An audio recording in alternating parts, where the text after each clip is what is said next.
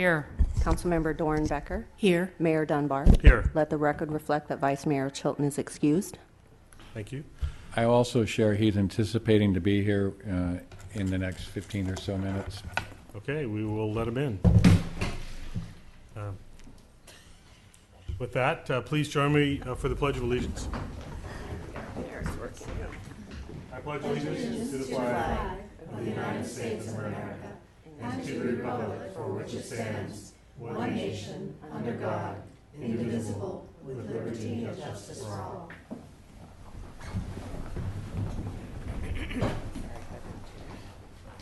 That's why we have lids on those things. Thank goodness. Next up, the adoption of tonight's agenda. Do we have any changes, or is there a motion for adoption? We do, Mr. Mayor. We've had a request from the Thomas Keller Restaurant Group, the applicant on the rezone, for a one-meeting continuance of that item until 3/18. There's a communication on. So that's item 9A, the request from the applicant to continue that to future date. For March 18th. March 18th, It's a date certain. specific. Okay. Any other changes to the agenda? I move to adopt the agenda with that one change. Second. So motion by Councilmember Dornbecker, seconded by Councilmember Hall. All in favor? Aye. Thank you very much. Next up, public comment. So this would be for any items that are not on tonight's agenda. You'll have a chance during our agenda item to speak publicly, but this would be on something that's totally unrelated to our agenda. Yes, Ms. Becker, welcome. Thank you. And we might want to make sure that that's on. Sometimes okay. It is. Great. It is. Hi, Jan Fector, V Marketplace, 6525 Washington. It's been a while since I've been in the chambers, so it just feels wonderful to be back.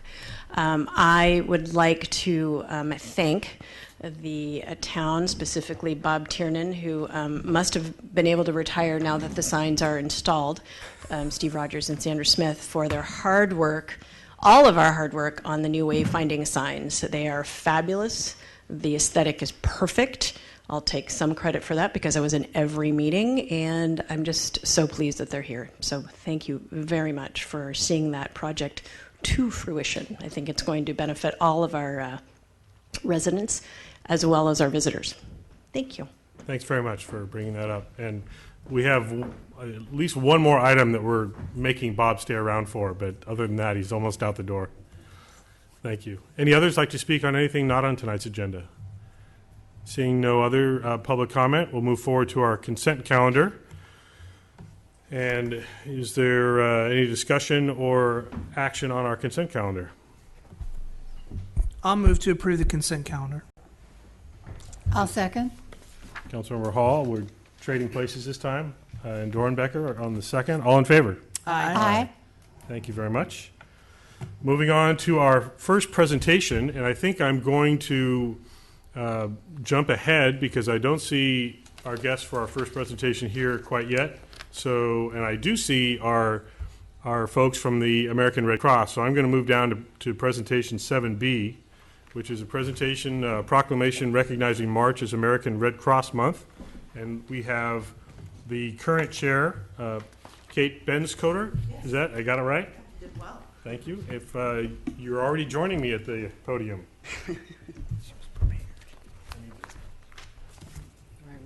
Get the right one. The blue one. And thank you for being here tonight. All right. Thank you so much. Let me swing this over. So this is a proclamation recognizing March as American Red Cross Month. Whereas each March, the American Red Cross and its local community chapters are formally recognized for their essential humanitarian role in the cities and counties they serve. And whereas the American Red Cross is mandated by Congress to support our military members and veterans, provide assistance during disasters, and provide life-saving skills, yet do not receive any governmental funding. And whereas every day Napa County Red Cross volunteers and employees provide essential services in our community to help those affected by everything from home fires to floods, earthquakes, and other disasters. And whereas for more than 95 years, the citizens of Napa County have relied on the Red Cross to provide disaster relief as well as training in life-saving skills and disaster response processes and procedures. And whereas the Napa County Red Cross has deployed volunteers 9 times to Hurricane Isaac, Superstorm Sandy, and the Oklahoma tornadoes, responded to 10 house fires, and assisted 17 families with immediate needs, worked with 88 active military families, trained 4,784 people in emergency preparedness, provided life-saving CPR, first aid, and water safety training to 2,716 individuals. You have been very busy this year. Sorted and distributed over 1,500 holiday cards to residents at the Yountville Veterans Home and residents at the Pathway Home, and offer a nursing assistant certification program providing an opportunity for qualified participants to work in a rewarding career. Now, therefore, be it resolved that I, John F. Dunbar, Mayor of the Town of Yountville, do hereby proclaim March 2014 as American Red Cross Month.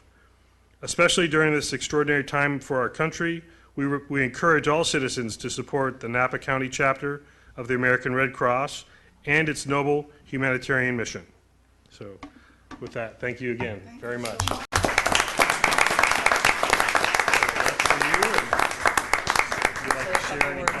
I would like to, Oh, yeah, we'll do this. Let's make it, this makes it really official. yeah. There you go.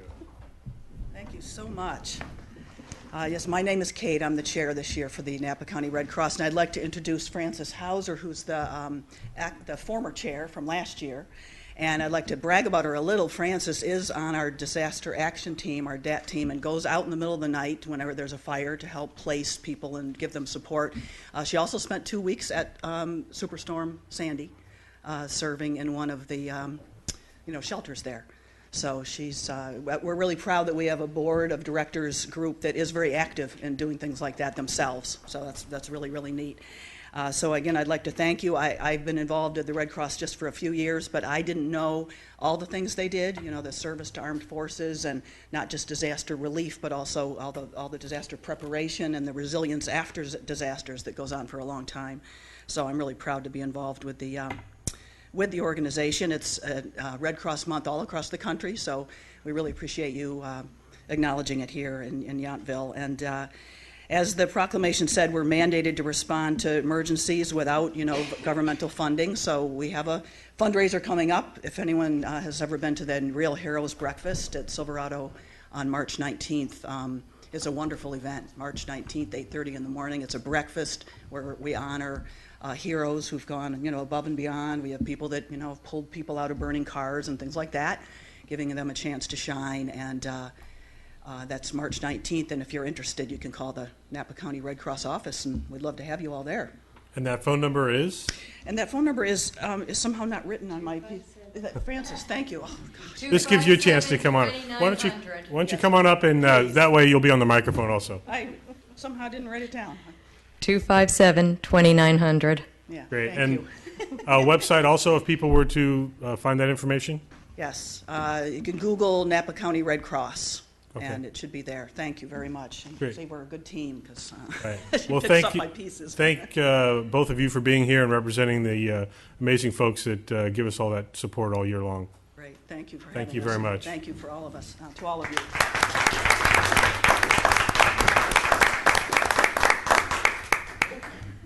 So we're going to go back to our 7A presentation now that our recipient is here. This is a proclamation recognizing Bottega's 5th year anniversary. So Chef Chiarella, if you would join me at the podium.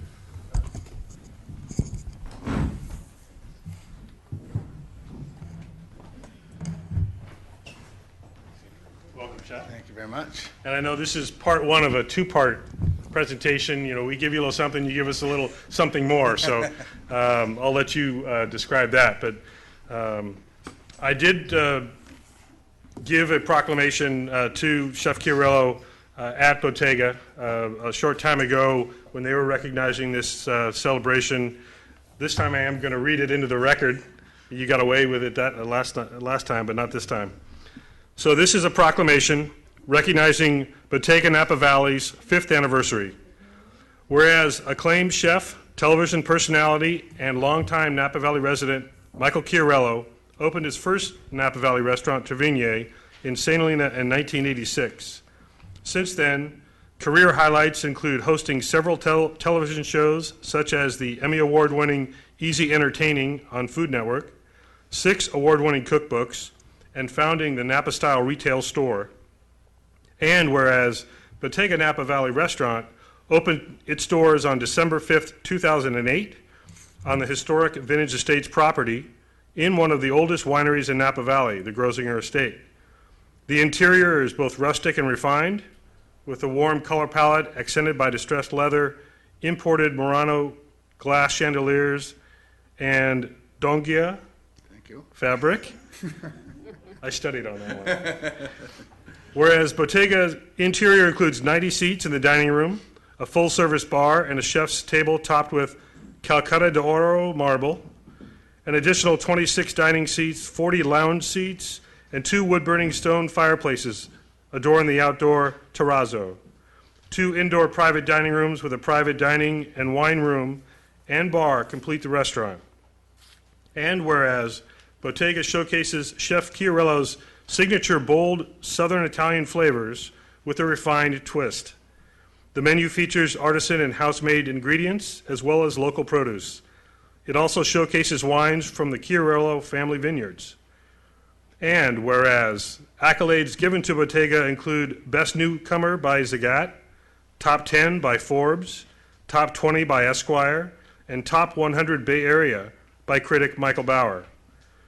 Now therefore be it resolved that I, John F. Dunbar, Mayor, on behalf of the Yountville community, do recognize Chef Michael Chiarello and Bottega Napa Valley in Yountville on its 5th anniversary of December 5th, 2013.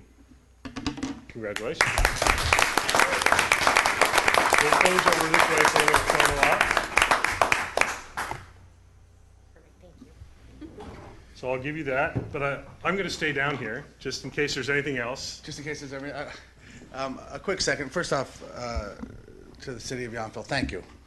Thank you. It was, I've been in the Valley since I was 24, and I remember the first time John and I were laughing about this the other day. The first time I came in front of you all, I came kind of guns ablaze, many months worth of preparation, and ready to really kind of exhaustively go through what should have been a multi-month process. At least that's how it would have been in St. Helena, anyway. And what I found was a really thoughtful town that has really thought through what it really needed, and that in the end, history's proven that you had not only your eye on the ball, but your eye on your local community, but also what it took to have a vibrant community.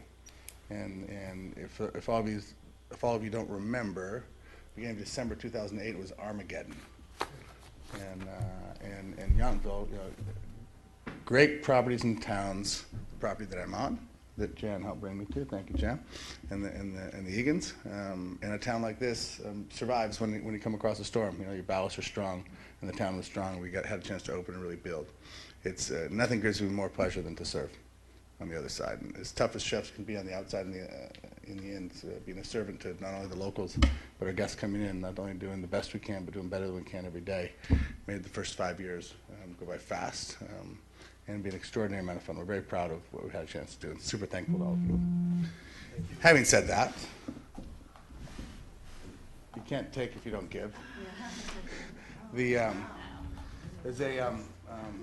one of the being a father of 4 on the other side, and knowing how difficult it is to keep your children active, both their minds and their bodies active at the same time. What my team and I wanted to do was to present the Yountville Youth Subsidy Fund, a check for $5,000, $1,000 for every year, to help them steward young people to do some of the help and some of the homework help which they often need. I don't know how many hours I've spent trying to just get a kid through that next math homework on the other side. That good study habits lead to good people and good critical thinking. And if the body's healthy and the activities and the sports activities at the same time, they have a chance to feed the body and the mind at the same time. And we figured it out. This is about 3,500 bowls of pasta worth of. I know it doesn't look huge. The check's huge, but that's a lot of pasta. We're super happy to do that.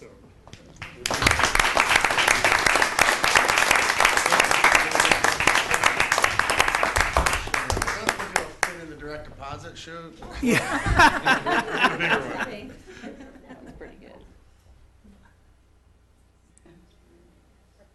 Thank you so much. Thank you very much. Thank you, guys. Thanks, everybody. Yeah, I gave it right to you.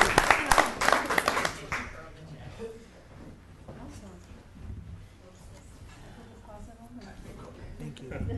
Thanks.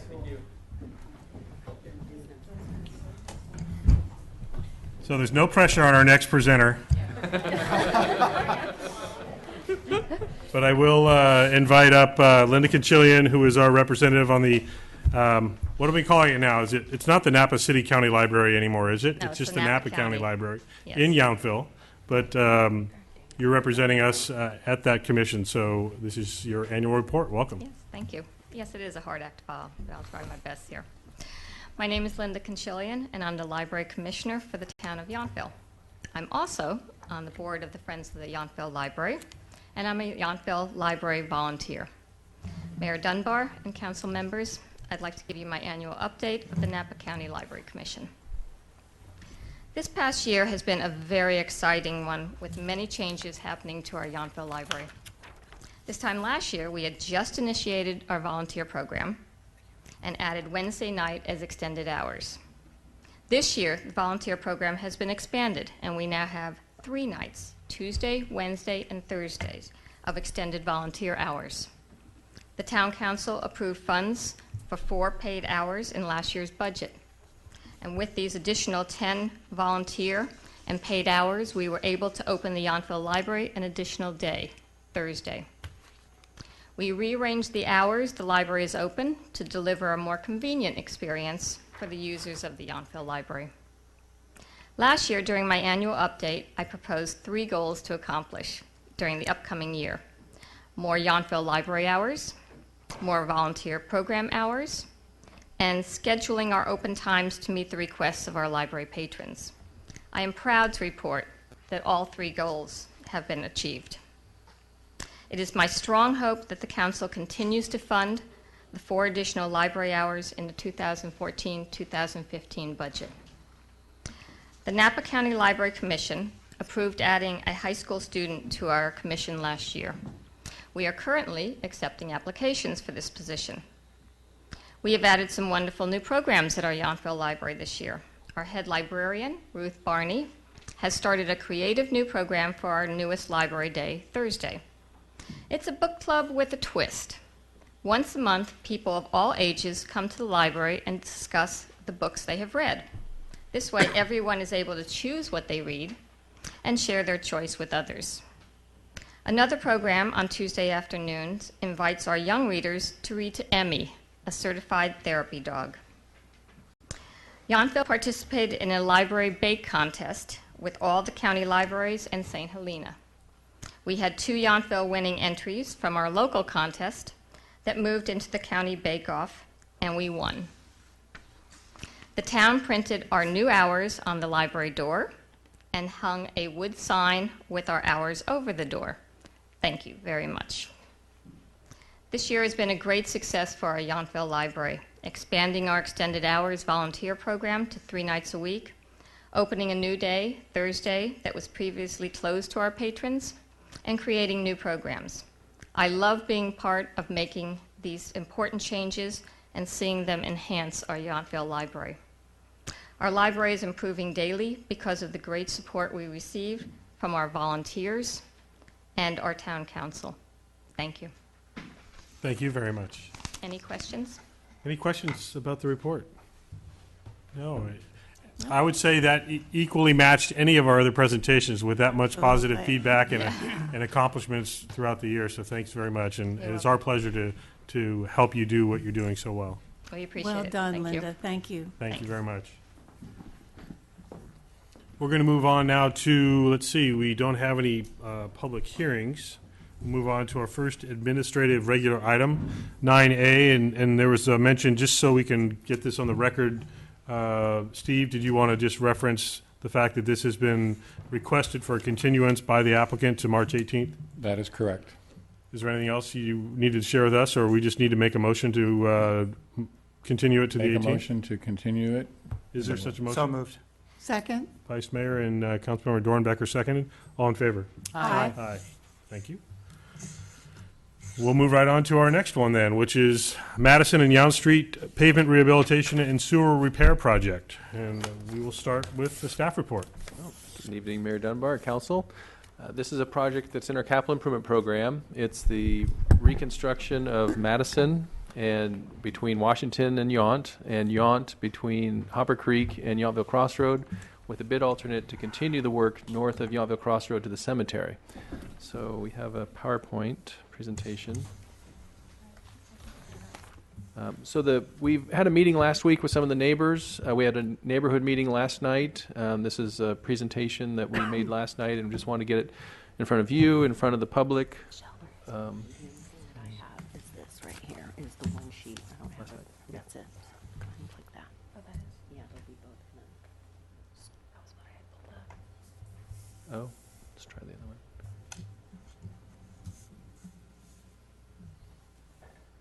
That's Michelle's. I'll find it. You're just trying to build the suspense. Right. This is a test. So we know it was here last night. So it should be under open. Well, while you're looking at that, and typically I'd wait until we get to the public comment portion, but I did want to acknowledge that we have received some public comments via email. And Mr. James, who sent us an email, who is here tonight, may be speaking on his own behalf. But I did want to recognize that we did have that correspondence. I don't remember if we had any other specific to this item. There were several emails that were sent from several neighbors. Sidewalks was one of the discussions. And we were given a summary, the council received a summary of all the different public comments that had been received. We had a summary email on that prior to tonight's meeting as well. The comments just were not listed by name.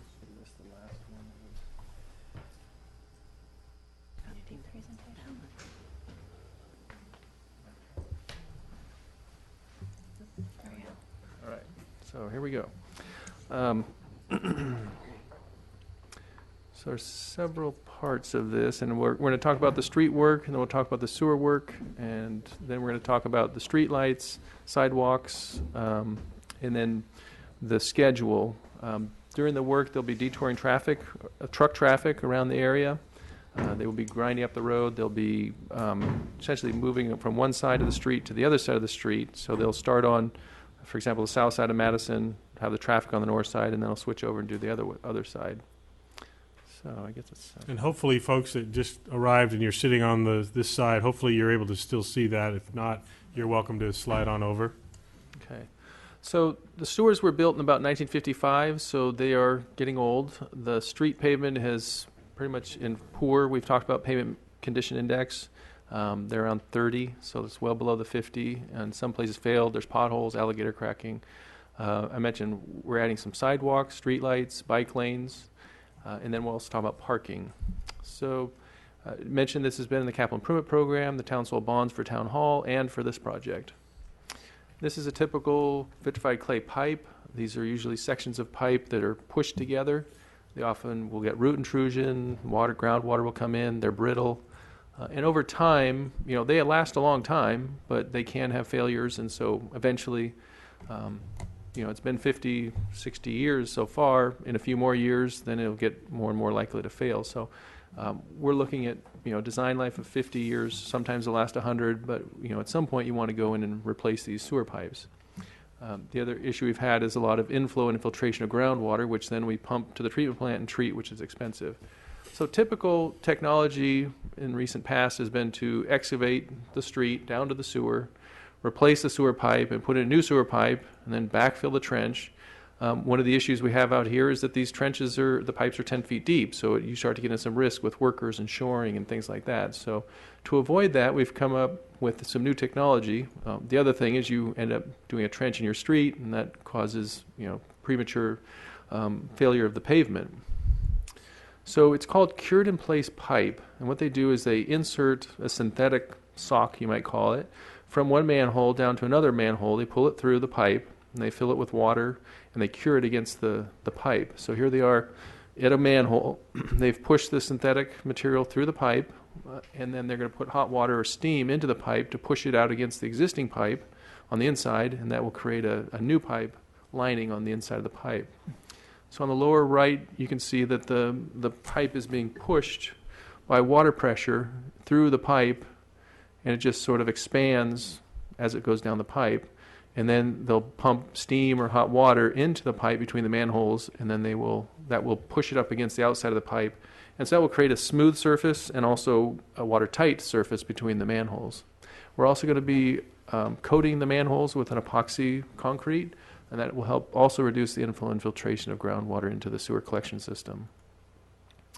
So we have a little video here that we got from the marketing company, the company that sells this. And this is worldwide technology that we have. It's not the first time that has been used, but it'll be the first time in Yountville. Centuform's flagship Cured in Place Pipe Technology, or CIPP, is a pipe within a pipe, installed without digging. Resin saturated, coated felt tubing is inverted or pulled into the existing pipe. Hot water or steam is then circulated throughout the tubing, curing the resin and forming a tight-fitting, jointless, corrosion-resistant pipe within a pipe. Service laterals are then restored using a robotically controlled cutting device. Finally, the rehabilitated pipe is fully inspected by closed-circuit TV. Centuform's trenchless technology is the world's most trusted. So the cast-in-place pipe, we don't have to do the digging in the streets, which is less disruptive. A lot of material, like the trenching of the existing trench, the pipes don't have to be hauled off to landfill, or so we are conserving the existing trench. Oftentimes when you put a new trench in, you have to make sure you inspect the compaction so that the trench doesn't settle and have the pavement fail on top of it. And it's faster, it's less disruptive to the neighbors, with less traffic disruption, less noise, and also improves the pipe for the sewer collection system. As I mentioned, we've talked a lot about our pavement management program and different types of treatments. We can do a slurry seal or a microsurfacing, an overlay, but at some point a street gets so far deteriorated that we need to go out and remove the surface course, remove the base course, and essentially reconstruct the street. Oftentimes these streets were not designed for the current truckloads that are on the streets, such like Madison and Yountville Crossroad. So with Yountville Crossroad being one of the few crossings across the Napa Valley, it is getting a lot of truck traffic. So what we're looking at doing is reconstructing the road. And this is the typical pavement condition index of what happens to a street over life. So as you have a new street up here on the left, it's excellent condition, but over time, as the weather and the trucks start driving over it, it starts to deteriorate, and we've seen the street start to oxidize and start to crack. So oftentimes what we'll do is a crack sealing, microsurfacing, and that will last 5 to 7 years. Then we'll do another one, 5 to 7 years. But at some point, you just get to the point where it gets into poor condition, and that's when we mill and fill or mill and overlay the street, which is what we did on Vista south of Fennell last year. So this is the typical pavement maintenance. The problem is when you get down into this unsafe, poor area below 30, you pretty much have to reconstruct the road. And so that's what we're going to talk about. This is new for the town also. It's called full depth reclamation. So what they're going to do is grind up the existing road and reuse the material that's already there. This very good aggregate base there. We'd be adding some cement to it to make it a stronger surface. So there'd be less trucking, less new material being brought. There'd be less material going to a landfill. There are also less trucking. So this also does a good job with our greenhouse gas reduction. So they'll some pictures, but they'll grind off the existing asphalt concrete surface, and then they'll pulverize the base by grinding it up like a big rototiller. They'll mix in this Portland cement concrete, and then add water, and that will harden it up. Then they'll do the grading and compaction, and then they'll apply the asphalt emulsion before they do the overlay. So again, we're using in-place materials. We're conserving the materials that are already there. A lot of these materials are better than what we can get now out of the quarries. And we're going to save energy costs and truck hauling. So it's a more sustainable process. So this is the first step, is to a grinder. This is kind of a small grinder on our overlay projects where they ground out areas of sailed pavement for dig outs, we call them. They would come in and they would grind off the road, or at Vista, this is the same thing they did, is they ground off the asphalt concrete surface. They can have bigger grinders like this one, and we did have this. I remember it being down at California and Washington and being somewhat disruptive to traffic. And they just grind it up, put it in the back of the dump truck, and then they haul it off to Sire or another place where they batch the new asphalt concrete together and then put it back into new asphalt concrete overlays or new streets. These are the trucks. I don't know if we have these trucks, but essentially they are chopping up, grinding, rototilling, whatever you want to call it, the existing base material under the asphalt concrete. Then they come in with cement, and this was a process that was used out on the bike path along Highway 29. So they would add the cement, and then they would mix it in. And we have a video go here. Let's show what they do with the mixing the cement with the base rock, and then they will, if it'll go. It's my queuing.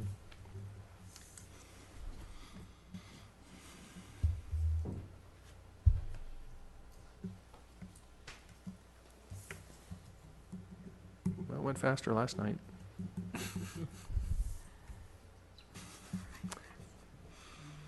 So essentially what they'll do is with these trucks is they will add the cement, mix it up, add the water with a water truck in front of it, and then they'll come back with a compactor. So let's go to the next This was slide. shot at night. Yeah, right. So this is the water truck is here. They have a hose that connects here, and then the cement's already been placed, and they're going to mix up the concrete and the cement into the road base. Let's go to the next slide. Yeah, we believe you. Yeah. Next. There we go. So here on the left, you can see the road's been ground up. They're going to come back and compact that. And for a couple days, we're going to have vehicles driving on one side of the street, and it's essentially you're driving on the road base before it's been overlaid. And then the asphalt concrete comes in once the road has had time to cure the concrete. Then they'll come in and they'll add the final layer of asphalt concrete with the rollers, and then come back obviously with the striping and stuff.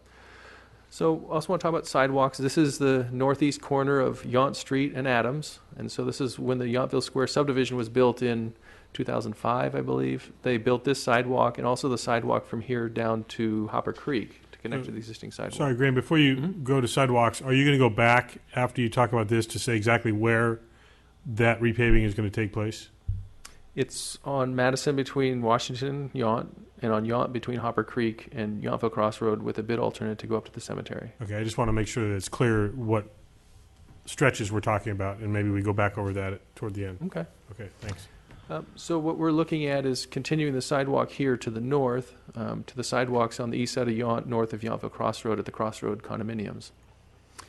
So this is a map of the sidewalks in town at this time. So this Yountville Community Park, there's the new sidewalk in front of Naphi Lodge, the new sidewalk in front of the R&D Kitchen, Kelly's Fuel, the Hotel Luca North Block Hotel. We built a new section of sidewalk by Burgundy Commons. And then there was existing sidewalk at the Keller Gardens, at V Marketplace, on the west side of Washington. And so people in Old Town between Washington and Yount can use this sidewalk to get into town. On the east side of Yount, there's sidewalks at front of Town Hall, in front of the Yountville Elementary School, the condominiums. With Yountville Square, they built the section from Hopper Creek up to Yountville Square. And then there's the Gap here in green, and then the sidewalk up at the Crossroads on the east side of Yount. So what we're talking about in this project is to construct the sidewalk on the east side of Yount between Adams and Yountville Crossroad. We also have 4 streetlights proposed between Adams and the north side of Yountville Crossroad, and this is out in front of Town Hall. These are new streetlight standards. They're LED, and these should be planted in the planter strip along the east side of Yount Street at the sidewalk.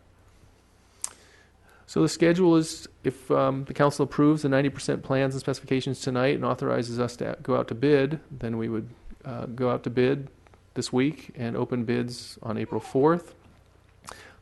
If the council awards the project on April 15th at their council meeting, then we anticipate the first working day would be in mid-May, May 19th. We need to get the bonds and insurance and the pre-construction meeting and mobilize and all. The cast-in-place pipe work and the sidewalk work would go first. That would probably be the first few weeks. And then the full depth reclamation would be in mid-June. And then we're looking at the project being completed before the 4th of July if all goes smoothly. Mentioned traffic control. So there's not much traffic control with the cast-in-place pipe, but there will be working in the middle of the street, so there will be some traffic control, but they should be able to have one lane of traffic in each direction. The full depth reclamation would be working where we would not allow traffic on Yount Street and Madison, Yountville Crossroads. So we've been working with the county and Caltrans to set up detour plans and signage for truck drivers to take Trancas and Rutherford Road. Again, we're working on one side of the street, flip the traffic over to the other side and work on the other side of the street. Regular vehicle traffic would be able to continue through the construction area. There would be intermittent driveway closures when they're grinding up the street or overlaying the street. We'd be asking them to park on the side streets, either Jefferson or Monroe or Adams or Yountville Crossroad. And then, so this is the detour, Rutherford Road at the north, Trancas at the south. During the construction, there'd be some parking, issues on the side of the road. When the contractor's working, we'd put up no parking signs on parts of Yount and Madison. Again, parking on the side streets in the neighborhoods. Longer term, when we're looking at the installation of sidewalks, some of the parking space will be changed. We've tried to keep as many as we can. We'll get into a little detail about that. And then we did meet with the property owners and showed them specifically what would be happening in front of their property, and that was, we'll have some of their concerns we'll bring up. Trucking, we've talked about. The working hours. One of the things with the sewers is that we try to allow the contractor to work when there's low flows in the sewer pipes. So we have a really busy time in the morning and also people in the evening. So they'll be pumping the wastewater around from one manhole to the next one down when they're putting the pipe in between. So our usual work hours are 9 to 6, but we're asking to work till 9. Didn't really get much negative feedback. We want to bring it up with you to make sure that the council was okay with approving the contractor to work till 9. There will be some dust when they're grinding up the pavement, but we will have dust control measures. Driveway closures, pedestrian traffic will be affected during the construction to keep people safe. And then, typical construction noise, backup alarms, grinding of the pavement, things like that. And then also we talked about the bike path and the sidewalks and the bike lanes. So with that, these are contact information, and I wanted to go over to the two plan sheets. So after talking with the neighbors, let's do the other one first. The other plan sheet. We have two.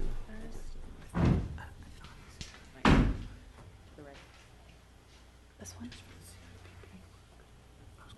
Right? Or was it down here? Oh, that's it. Same one. Okay, I thought we had the other one.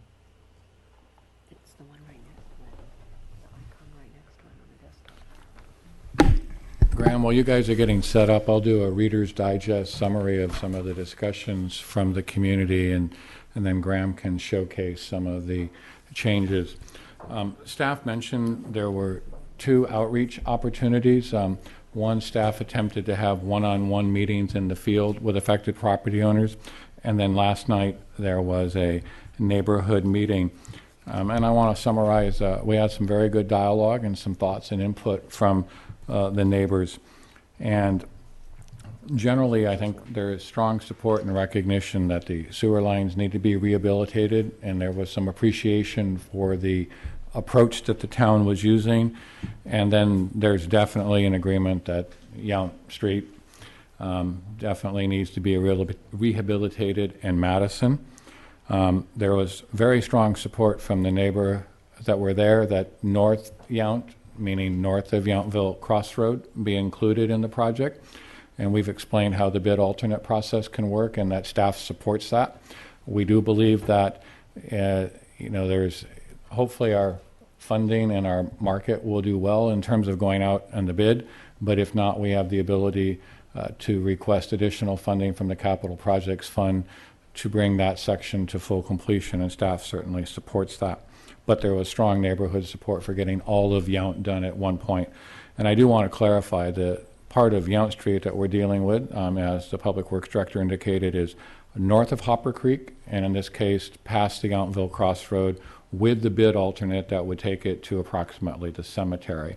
And then Madison Street would be rebuilt from the intersection of Washington to Yount and the little dog leg up to Yountville Crossroad. Steve, if I could just, I want to clarify about the bid alternate. That would be the completion of Yount Street, where it then transitions into county. It's still town, but it's then, is it still Yount Street up until it hits the town limits, or is Then it it transitions to Yount Mill Yount Mill Road. Road. So the idea of basically what I'm saying is that with the bid alternate, that would bring the sewer rehabilitation and the reconstruction of the street to approximately the cemetery, and then there's a transition there where it transitions to a more rural road character for Yount Mill Road. But it does not include that stretch of the very northernmost part. That is correct. It does not include Yount Mill Road. It would. Right. So the goal is to get Yount Street up to, like I say, approximately the cemetery, and also the sewer lines that are underneath that. The areas of the biggest concern were sidewalks, and sidewalks were of interest to some people, and there are some people that didn't really care for sidewalks. And the policies regarding sidewalks on the east side of Yount Street, it is currently part of the town's general plan policies, and that is a missing gap in our safe streets, the safe routes to schools, and the town policies as it relates to the Old Town District, which is to have pedestrian pathways on the east side and then on the west side. So going back to that earlier chart that it showed you, so that's consistent with the town's adopted general plan policies. But again, that was probably the point that I think had the most concern about, and we also had some folks that were on other parts of Yount that wanted a sidewalk in the area where the general plan policy doesn't support them, and others that would be willing to give up the sidewalk in front of their house. And some folks on Madison that were interested in sidewalks. I think it was a little bit confusing how you just described it. I want to make sure it's clear, because you said on the east side and the west side. East side of Yount Street and the west side of Washington. Washington. So I want to make sure that that's clear. That is correct. So it's not the west side of Yount Street, which is actually part of Old Town. The Old Town Planning District is the area between Yount Street and Washington, and you're correct. The two pedestrian corridors that have been designated in the town's general plan policy, and you are correct, that is the east side of Yount Street.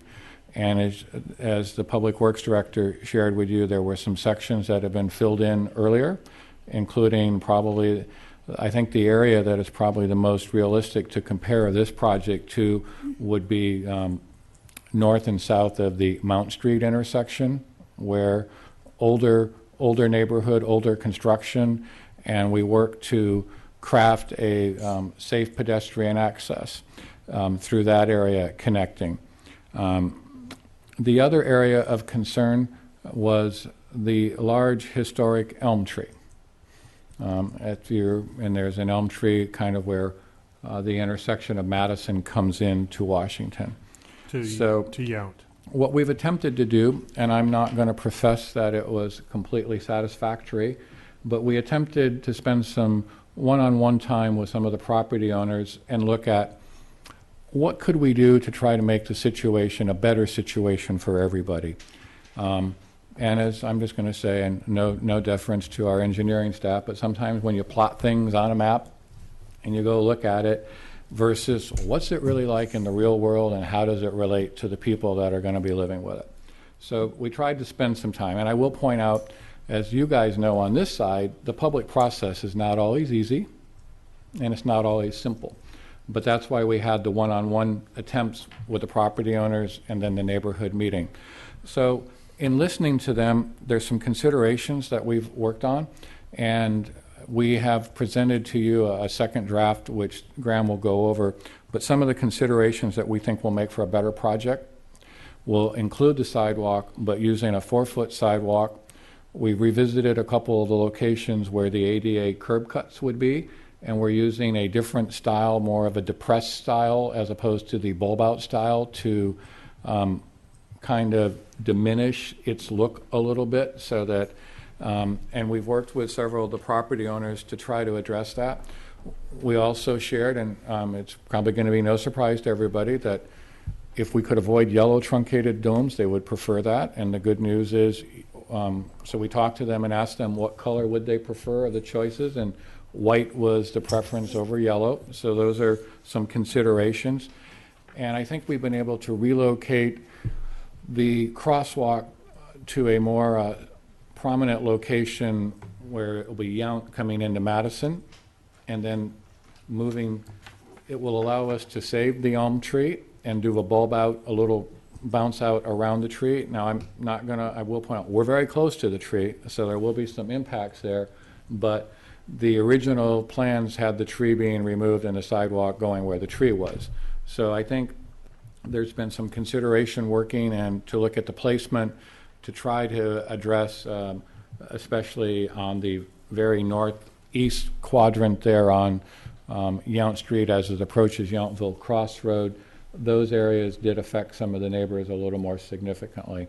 We also were able to, I think, work on locations for the streetlights that are a little more amenable. So with that, the good news, and that's why we call these 90% plans, so that we actually have the opportunity to incorporate final neighbor, final staff, council impacts before the final set is set out to bid. Like I say, I think most of the neighbors feel it's been overdue to get the project done, and they would like to see us get it done sooner.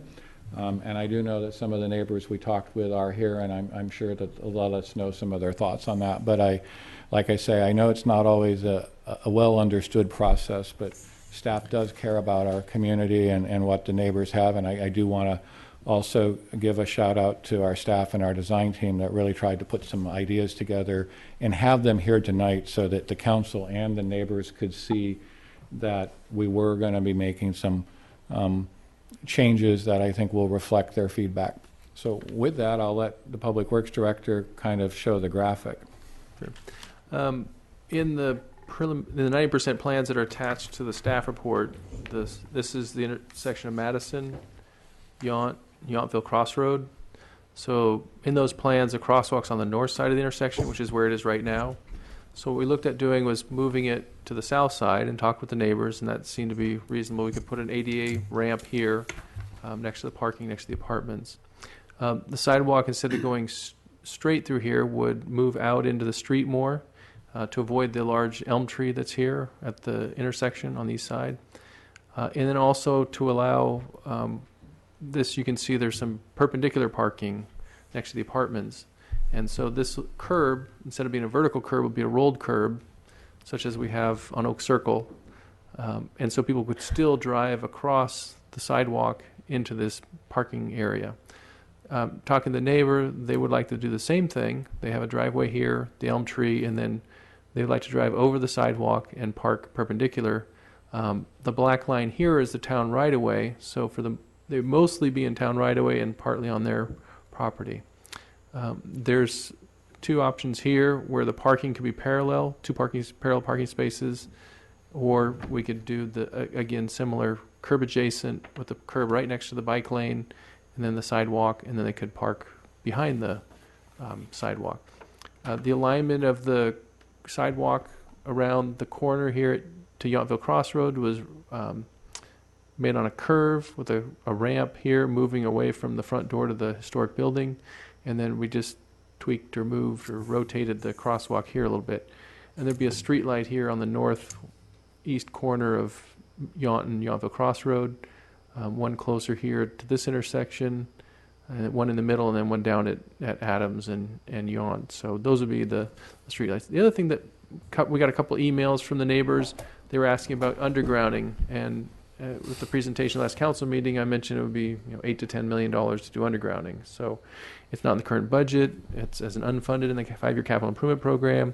But I did want to bring it up tonight because people had been asking, well, can we underground all the wires while we're out here doing this work? So Madison and Yount are identified by ordinance to be undergrounded someday. But as you know, we've been working with developers. When they come in to do a project, we would fund. We've expended all our impact fees for undergrounding, so it would be a capital cost that we would need to do it. And since we are at 90%, it's also a little bit late to go back and do the undergrounding. And the last concern that neighbors brought up, mostly on Madison, was the shoulders. So there's a drop-off from the existing pavement to the, usually it's decomposed granite or aggregate base or decorative rock on the shoulders of the streets. So we're going to add to the plans and specifications about a 2-foot shoulder of aggregate base that they would compact up against the edge of the road, and then they would rake away the existing material that's next to the road on the shoulder, and then rake that back on top of the aggregate base. And then the property owners would be notified that, you know, the shoulders are their responsibility, even though it's in the right-of-way. It's just like sidewalks, that it's their responsibility. So in the future, if there's issues with the shoulders, then, you know, some people, like I said, do decomposed granite, some people do decorative rock, some people just do aggregate base. So they would just need to continue to maintain what is there. So essentially, we're going to fix the problem now, and then the long-term maintenance would be as part of their responsibilities.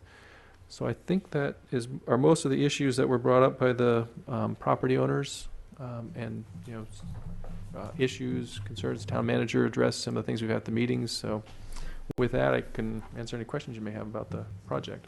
Questions about the staff report? Councilmember Dornbecker? Thank you. Graham, about this last item that you mentioned about the granite and decomposed granite and on the shoulders, even though that's in the town right-of-way, isn't that correct? Correct. So what is the reasoning behind the homeowners having to assume the maintenance for that?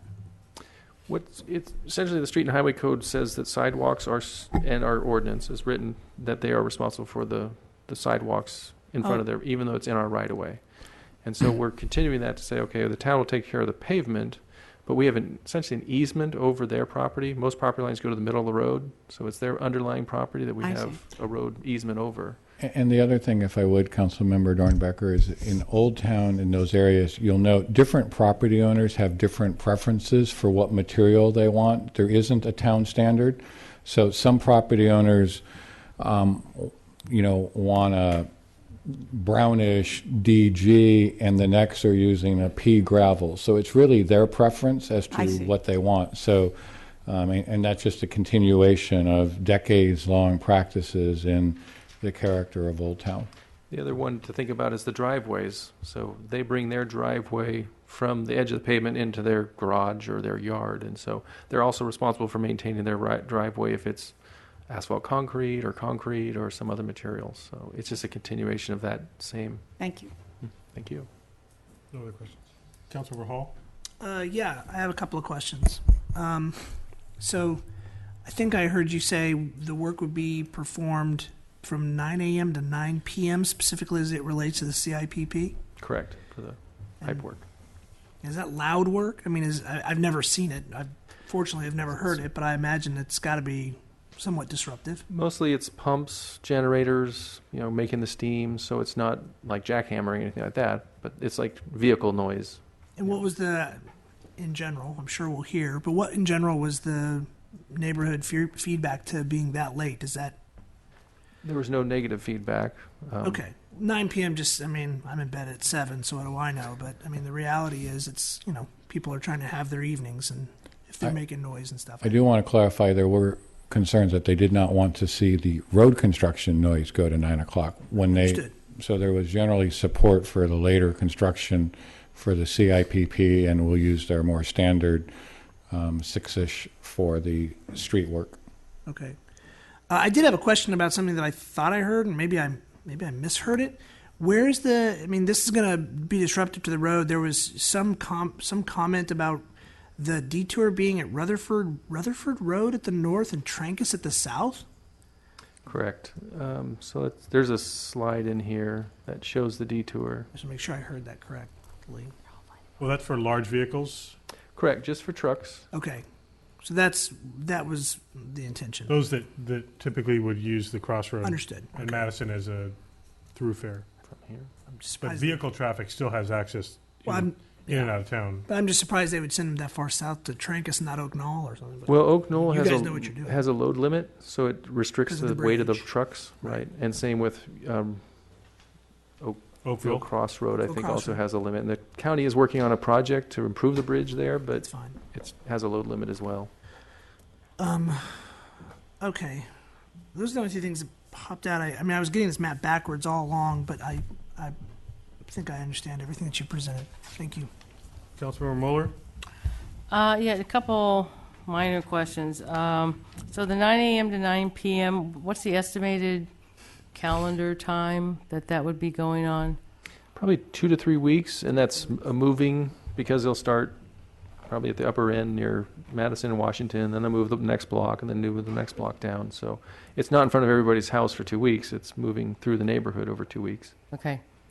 And then for trash pickup, the plan would just be to move the cans on the west side of Yountville for the residents that are affected as the segment goes through? Yeah, on that Monday, that we'd need to make special arrangements with the garbage service.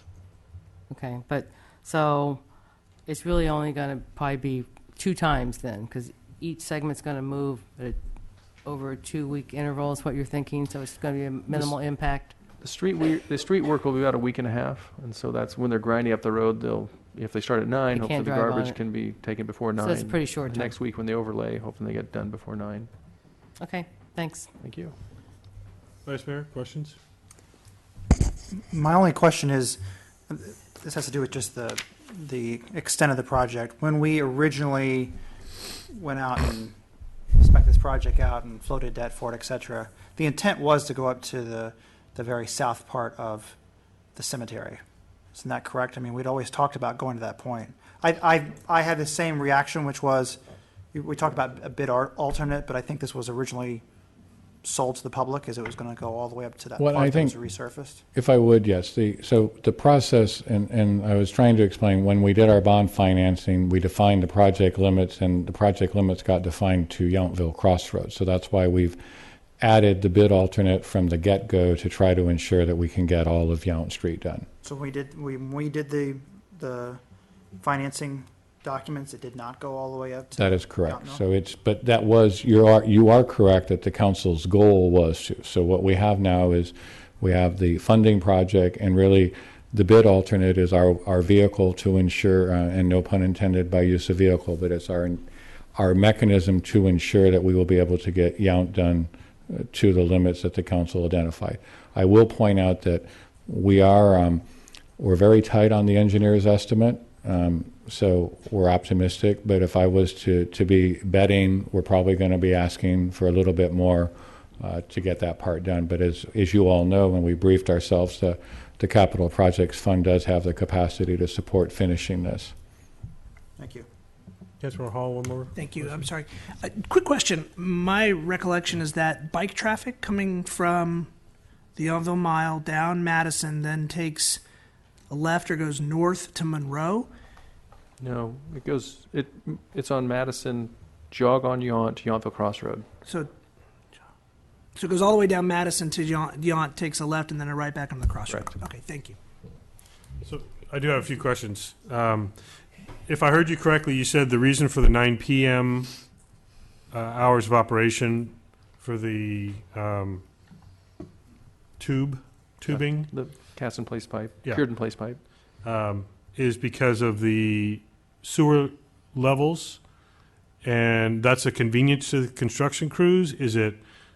It means less pumping and less disruption. And one of the concerns is that when they are putting this tube through the pipe, the laterals from the houses and apartments they're blocked. So that water, any water people wash, we're going to ask people not to wash the dishes, wash their clothes, have showers, so that would back it up. So the only capacity is in the lateral from the main to their house. So if they are filling that up in the middle of the day and stuff, that can be disruptive until we cut it open.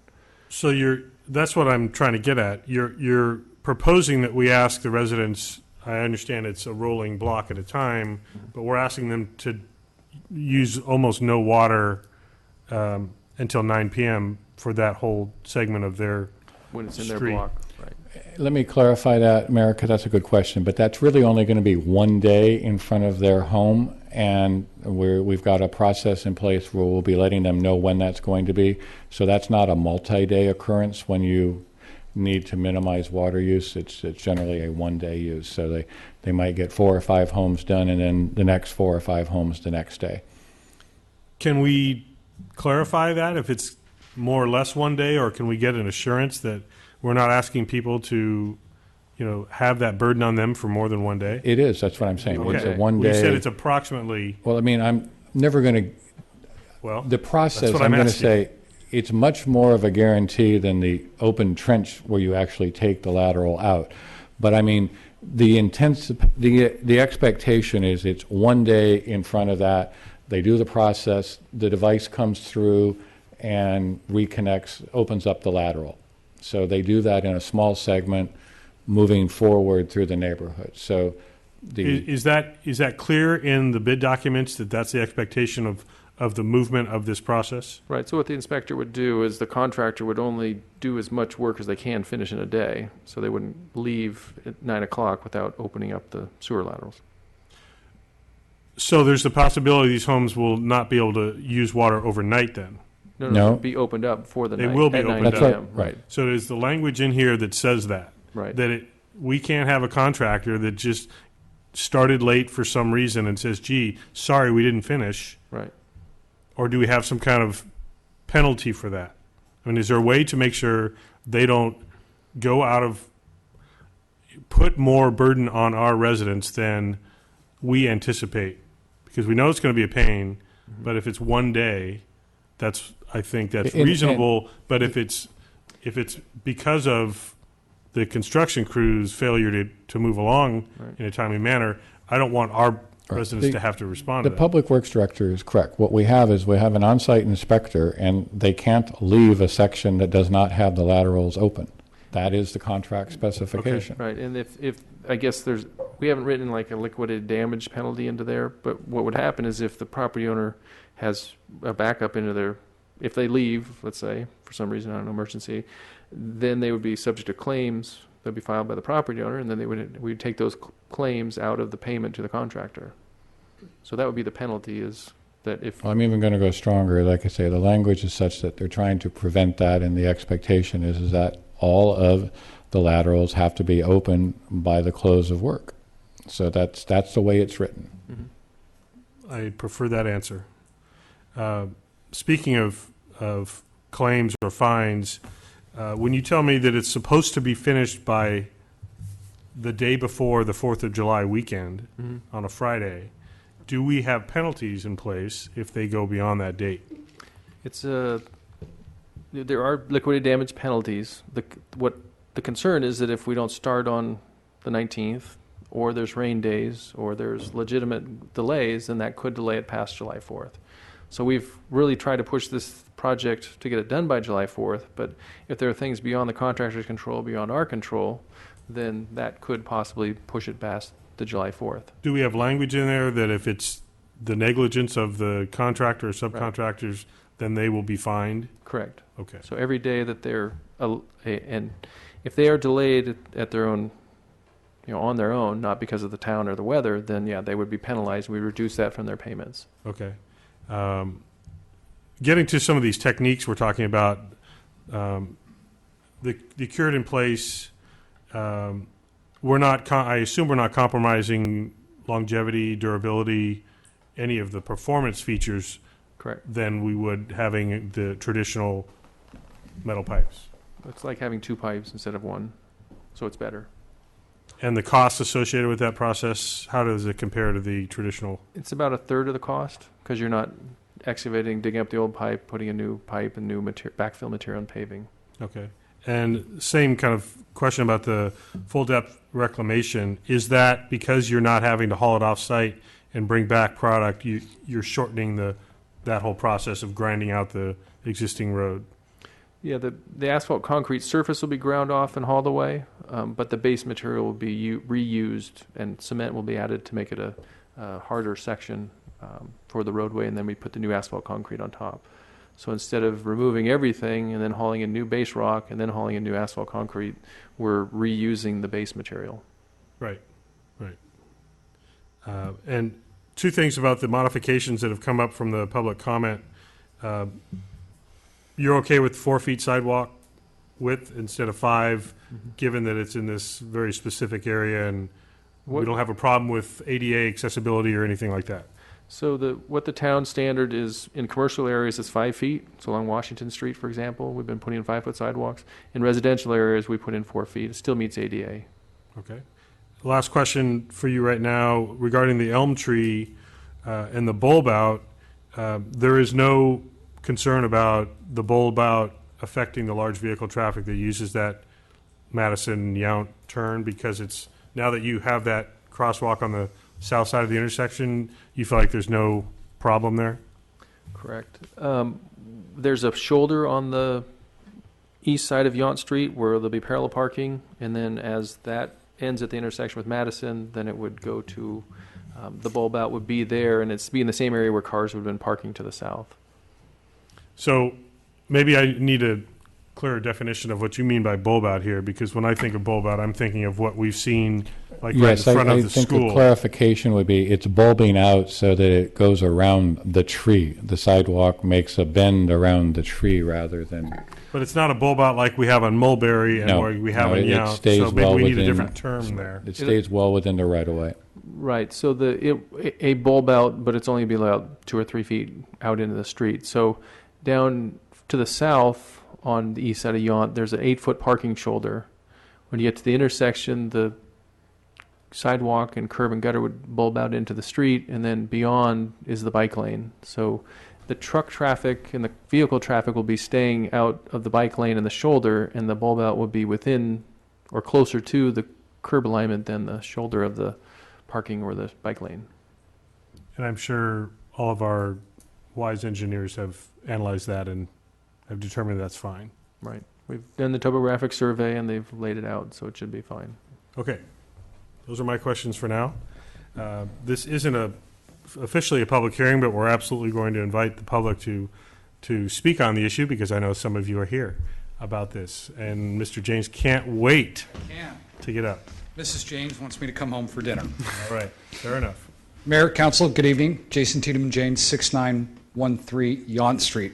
I'll be very brief. I'm here to urge you to include the reconstruction of Yount Street north of Yountville Crossroad. A couple of quick points. One, it's an objective fact that there is not a worse street in town. The town commissioned a street survey several years ago. It was published in September of 2011. There is no worse street in Yountville. It cries out for replacement. Secondly, I think it's probably beyond dispute, if it's not done now when it's a comparatively marginal add to a large project, when you try to come back and do later, clearly it's going to cost more. A corollary of that, if you don't do it now, and it might be helpful to have sheet PD1, which is oddly not on the table or up on the board, but that would show the limits. If you don't do it now, you're going to create this odd little island at the very end of town that's not really continuous with any plans for any proximate reconstruction. Perhaps Monroe 5-10 years down the road. I think that's another good example of why it should be included in this project. Lastly, it's been suggested to me that there might be a challenge with the Sewer Enterprise Fund not having the money sufficient for the sewer replacement. As we've heard, with the exception of some select areas where there are new mains being installed, really the pavement reconstruction project and the sewer rehabilitation, they're completely separate and independent projects. It's not necessary to reconstruct the street in order to repair the sewer. Similarly, you can repair the sewer without reconstructing the street. My point, therefore, if you get thin in the wallet, which we do, and I understand you're careful guardians of the public money, fix the street, leave the sewer alone for that section of the street. As currently constituted, it's my understanding that the bid alternate includes both. So I commend to your attention, when you get that bid alternate back, ask the next question, well, how much does the street section cost? And how much does the sewer section cost? Thanks very much. Again, I'll close with urging you to complete fixing what is, again, an objective fact, the street without any better in town. any worse in town, I should say. Thanks very much. Good night. Thank you. Would anyone else like to come up? Well, actually, I think she's in the process of the baby handover, so we don't want to waste that transition. Welcome. Hi, great to see everybody. Good evening, Mayor and members of the council and staff. My name is Kirsty Drosa, formerly Kirsty Shelton, and I'm here representing Dolores Gamba. She's the owner of 6816 Yount Street, which is the corner of Yount Street and Yountville Crossroad. As some of you may have known, I was the assistant planner back almost 15 years ago, and 12 years ago, Dolores Gamba purchased that property. The property is a historic, two-story, beautiful, restored historic property. It dates back to the 1880s. It was the Myers grocery store. It was a grocery store on the second floor, or the owners lived on the second floor and a grocery store on the first floor.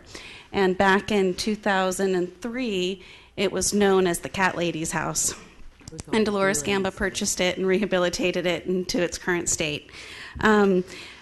Some of the items I want to thank both Graham and John Dunbar for John, Draper for their prompt attention. I gave them a call a couple days ago. Dolores, since I was the planner on her project, we actually have become really good friends and stay in contact still to this day as good friends. So she called me and said, hey, is there anything that you think we could do? And one of the things that we wanted to bring up to in doing her project back 12 years ago, we did a right-of-way swap.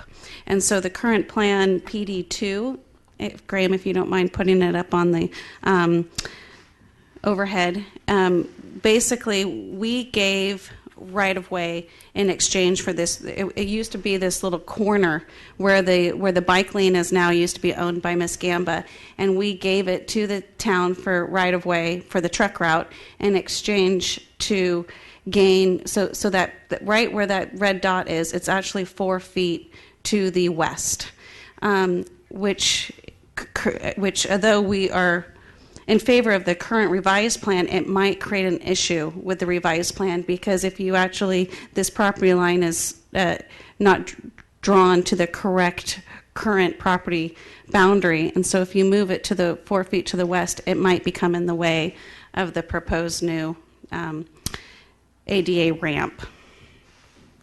So we're happy to work with staff. I don't know if you can direct us to work with staff just to come up with a solution where that could remain on the property.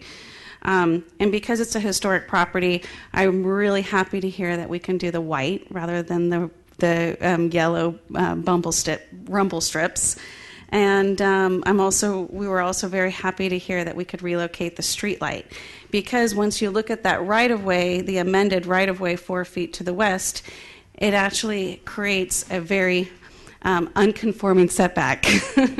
And that was part of the reason why we did the property exchange. And so that the edge of the new sidewalk is going to be 10 feet to the front of the home. And so by relocating that corner to the north, it really helped get the sidewalk away from the front door of the house, for lack of a better term. So we were really happy with the last-minute revisions that staff was able to do.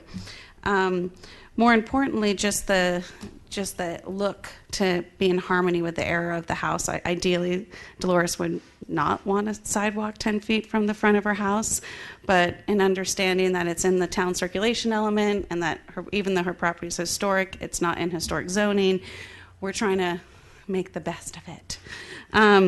So just to conclude, basically the relocation of the traffic light, thank you very much. The rumble strips, as historic as possible to maintain current code, would be highly appreciated. And that if we could either work separately, I don't know if there's an ADA ramp that, as a road biker, I don't want to go over rumble strips, but if there's an ADA ramp that could go in the bike lane, it just seems this corner, we've got the truck route, needs the big radius, and then we have the bike lane, and then we have the ADA ramp. We're trying to put it all in this area, and it just seems like we're trying to put too many things into one section. I don't know if there's a way we could move that ADA ramp to the bike lane or ditch that area of the bike lane. I don't know. But I'm happy to work with staff outside of the council meeting if you guys are okay with that. I'm also grateful for the 4-foot wide sidewalk.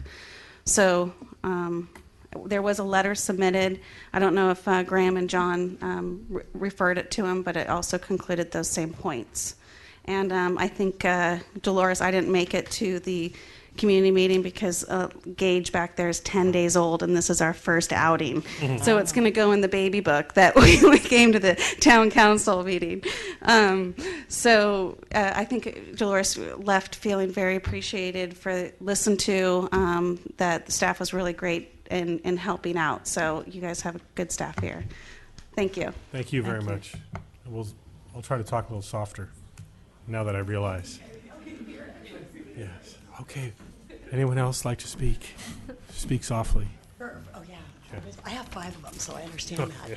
So, Anna Hickey, I'm a lifetime Yountville resident, 6780 Yount Street, also a 6th-generation Nappan. So, I will say I was one of those residents that was really disturbed by this whole project. Conceptually, I am sort of in ground zero at 6780, right at the T of Yount and Madison, under that beautiful elm that I grew up under. So hadn't heard a lot about the project, and then it sort of gets laid on you, and I find out the tree's going away, the sidewalk's going to be up on my lawn, I lose all parking. And I think most of you know that the parking in town, especially Old Town, it's a little unique as it is. We share often our parking with the apartment complex next door. It overflows into our yard, et cetera. So if you can imagine, as a family of 7, I have 5 children, 2 of whom are driving, all of your parking goes away. It's just a little upsetting. So I also am very against the sidewalk.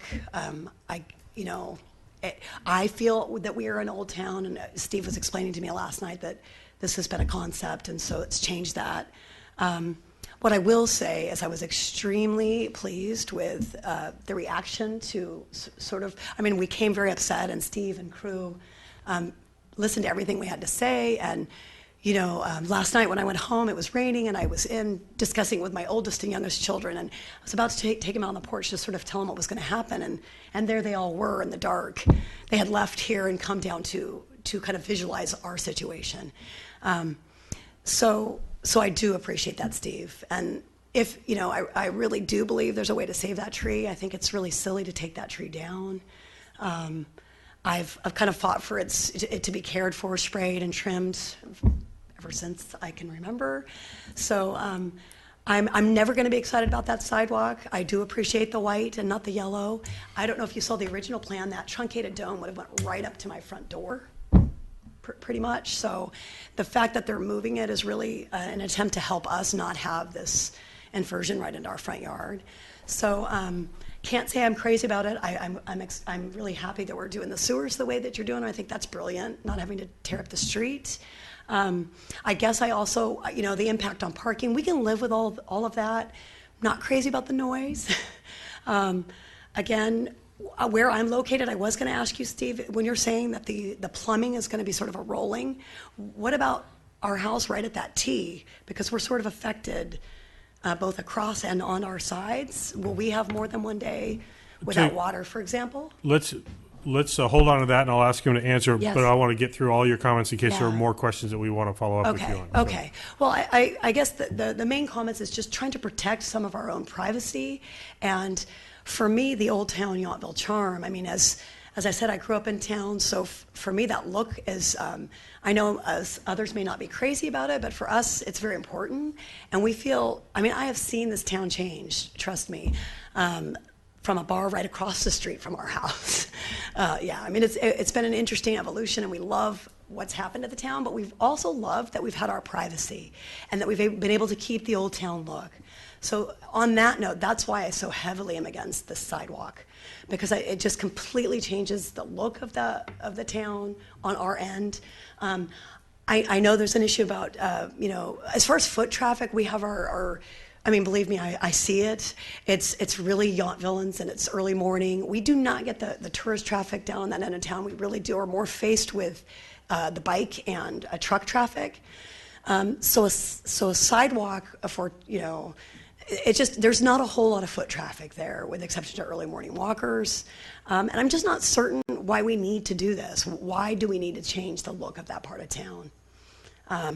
That is the biggest deal for me. I definitely wanted to preface it with the attempt to really try to work with us. I appreciate. I won't ever be crazy. You're never going to make me happy about the sidewalk, ever. You really will never make me happy if you take that tree out. In fact, I will get a whole crew of people to fight for that. So that's basically it. This disturbing the peace, that's sort of accepted. You know when you live somewhere. I'm a farmer. I'm a rancher. I'm president of Rogers Vineyards. There's things you have to do in compromise when you're working. So that part we can live with. They seem very reasonable about wanting to let us know when that's going on.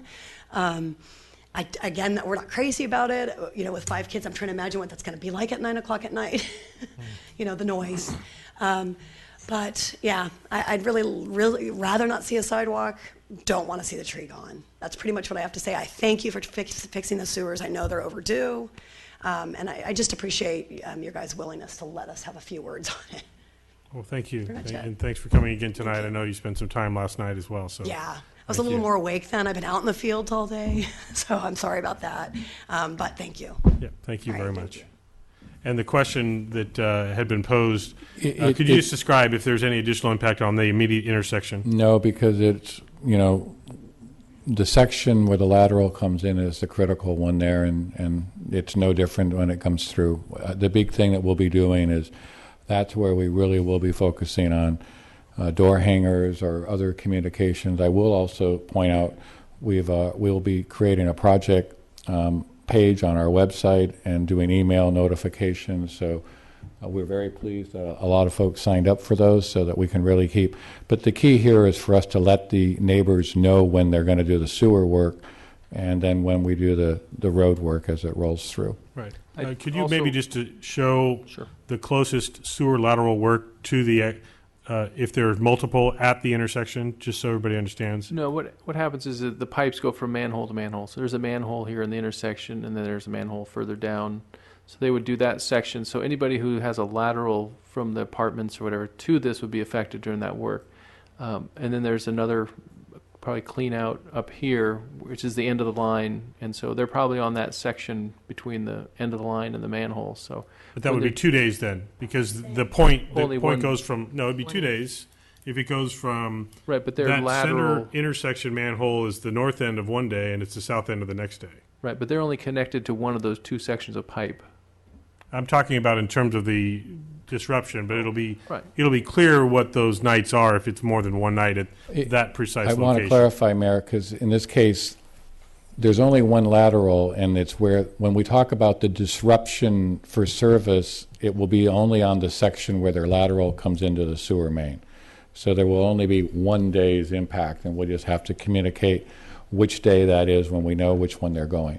Right. Does that make sense? No, not for me, but Okay, so I don't have to be the one that understands it apparently, because if you have an A and a B on the first day, right?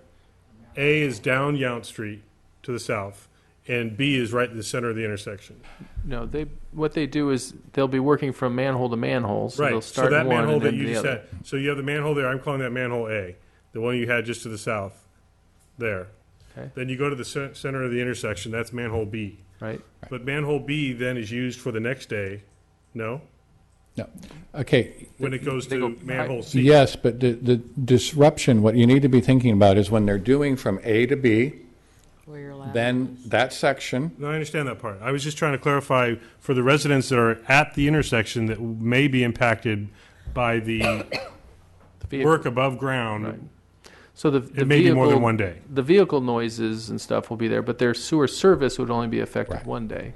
That's what we're trying to clarify. You are correct that if they're entering out of a manhole, that may be a 2-day proposition. There we go. But the. Okay. Now we all understand. Now, right, thank you, but I'm just saying, Okay. but the actual impact when their lateral is being Yeah. worked on is only a 1-day.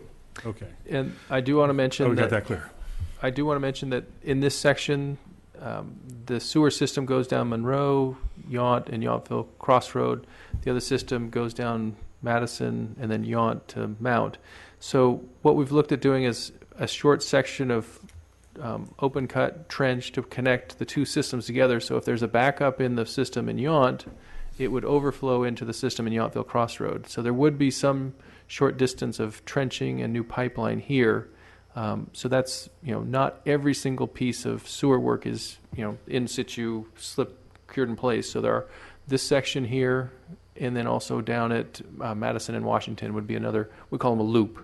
So we're connecting the two the two collection systems together so we don't have water coming out of the manholes. It would overflow into a different system. Okay. I do want to invite any other members of the public, if anyone else would like to come and speak before I know I have at least one other answer or one other question to answer. So please, Mr. Burrell. Yeah, Chip Borrell, 1971, Yountville Crossroad, Mayor and Council. I'm not an immediate neighbor, but I'm a close neighbor to this. Sewer project, great. Road reconstituting, great. Something that's happened in front of our house that may have happened in other spots is the road used to be at a certain elevation where it met the informal Yountville shoulder. And over the years, they've paved and added, and it creates this shelf, and it creates where the water's flowing onto the properties where it used to stick near the road. So I'd ask the engineers to check that. If you're redoing the pavement of the road, you can probably bring it back to a more compatible with the informal non-sidewalk shoulder on the sides of the street. I'm anticipating myself. And you're speaking, are you speaking specifically on Madison or? Madison without sidewalks. And the Crossroad? Well, the Crossroad's not being. No, but I just wondered what your experience had been. Is on the Crossroad. As a resident, right? Yeah. Okay. And I'm thinking it may have happened in other places too. For the sidewalk, I just don't see the need for this. I am a fan of the informal kind of gravel shoulder used by everybody, Yountville. I understand the older house, all these intersections, the fewer yellow stripes and the less stuff. It's more like Yountville. I have not seen problems here. The only problem is people turning right onto the Yountville Crossroad at high speeds, and this isn't going to change any of that. There's already striping. So just aesthetically, I didn't know this was part of the general plan. I haven't been paying attention. I would have been here to argue against sidewalks there. So I don't see any benefit from it. It's just making more pavement, more impervious surface. It's reducing parking for the neighbors. It's changing the look, that informal rural look. Don't like that. So that's my big reason to be here. Streetlights, if these new little shorty streetlights are going in, are the top of the telephone pole streetlights being removed in that area? I haven't heard anything about demolition, and I would hope that would be the case. So, thank you. Thank you very much for coming. Anyone else like to speak tonight? I guess I have one more question about parking. Okay, please come up to the mic so we can have you on the record and worldwide. Anna Hickey, and I never stop talking, so I'm sorry. But I guess another impact on, and especially, I'm going to call it ground zero just because it feels like that to me. But during this, I was told that we would be parking, that we would have to park down Yountville Crossroad. That's a great deal. I mean, that's a big deal. And so I'm trying to think, so if my parking's there, how do I guess I go out of town by going back down towards the park, or so I just wonder how much time will I be affected with parking, since all of this is going to be happening right in front of my house. And my mother actually lives in the flag lot behind, which is a considerable driveway, and she is somewhat disabled. So for us, it's a consideration. I mean, her driveway's a distance for her. So then we're telling her, you get to park down Yountville Crossroad. So I'm just wondering, is there a better solution for parking during this for those of us that that are living, I'm just not sure where we would park. You're talking about during construction? During construction, where... Not long-term. You're No, talking no, about no, during no, the... just to survive this during construction, what I'm asking is there a better, there may not be a better plan for parking down, because I'm looking at it and I'm realizing, where would we park? It's already, difficult to park there. So I'm just saying the parking is a major inconvenience. If I could propose that you work with staff, because you have a very specific, unique circumstance. Yes. And so Yes. I think if you do that offline after this meeting, Okay. assuming that we do go forward, that we find out if there's some other accommodation that can work specifically for you or if there my are others that are very specifically impacted too. Right, as far as parking. Okay, I just thank you for that consideration. Okay. Thank you. Thanks. Yes.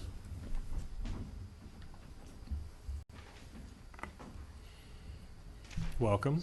Louise Burke, 6802 Yan Street, between the elm tree and the corner. My question is about the sewer replacement.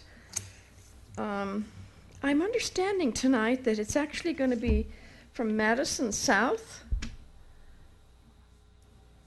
You mean on Yount Street? The blue unfolding pipe that you're going to put in within the other pipe. Is that from Madison South, or is that going to include from Madison North? Both.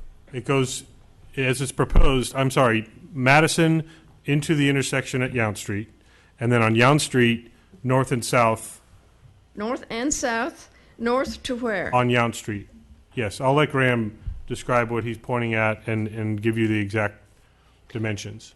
So there's a sewer line in Madison, and there's also a sewer line that picks up some of the properties here and then continues south on Yount. Then there's another sewer line in Monroe, comes down Yount to Yountville Crossroad, and then goes out Yountville Crossroad.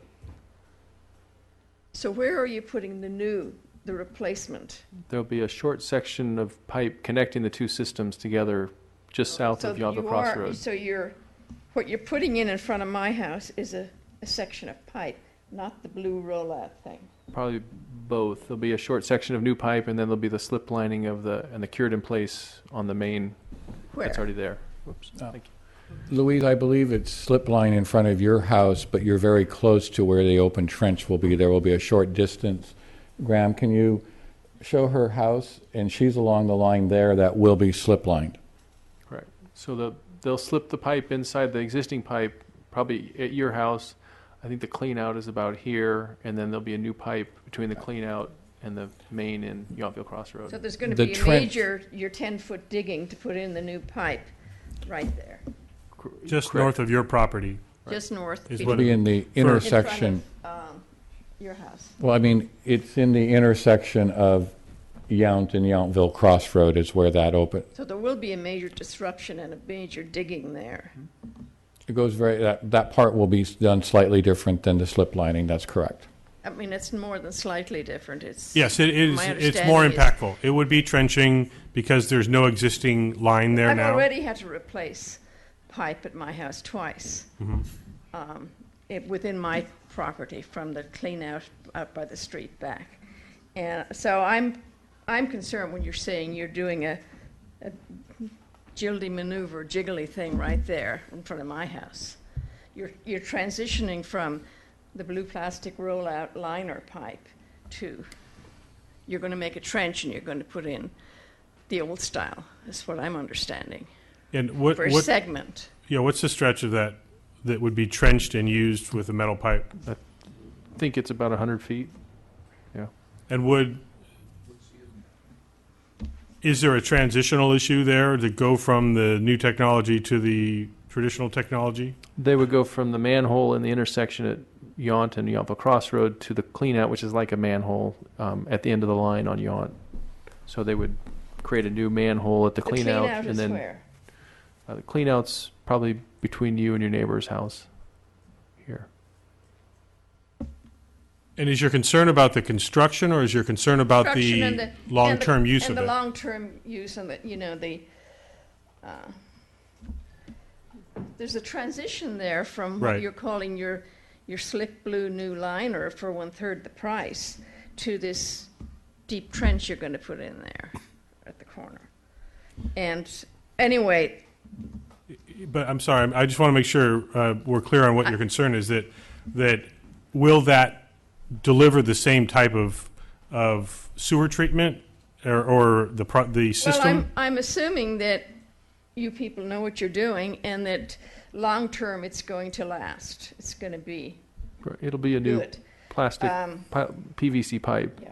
Well, the plastic has, no, I think she's talking about the fact that the trench section will be the old metal pipe, and it'll be new. Or new you're saying PVC. it'll be the exact same stuff put in that new trench? Not quite new. The existing trench is clay pipe, and we're going to put a liner, synthetic liner inside. We're going to connect the two slip line cured in place pipes with a new PVC pipe, which is current standard and will be strong and will be a new smooth pipeline between the two systems.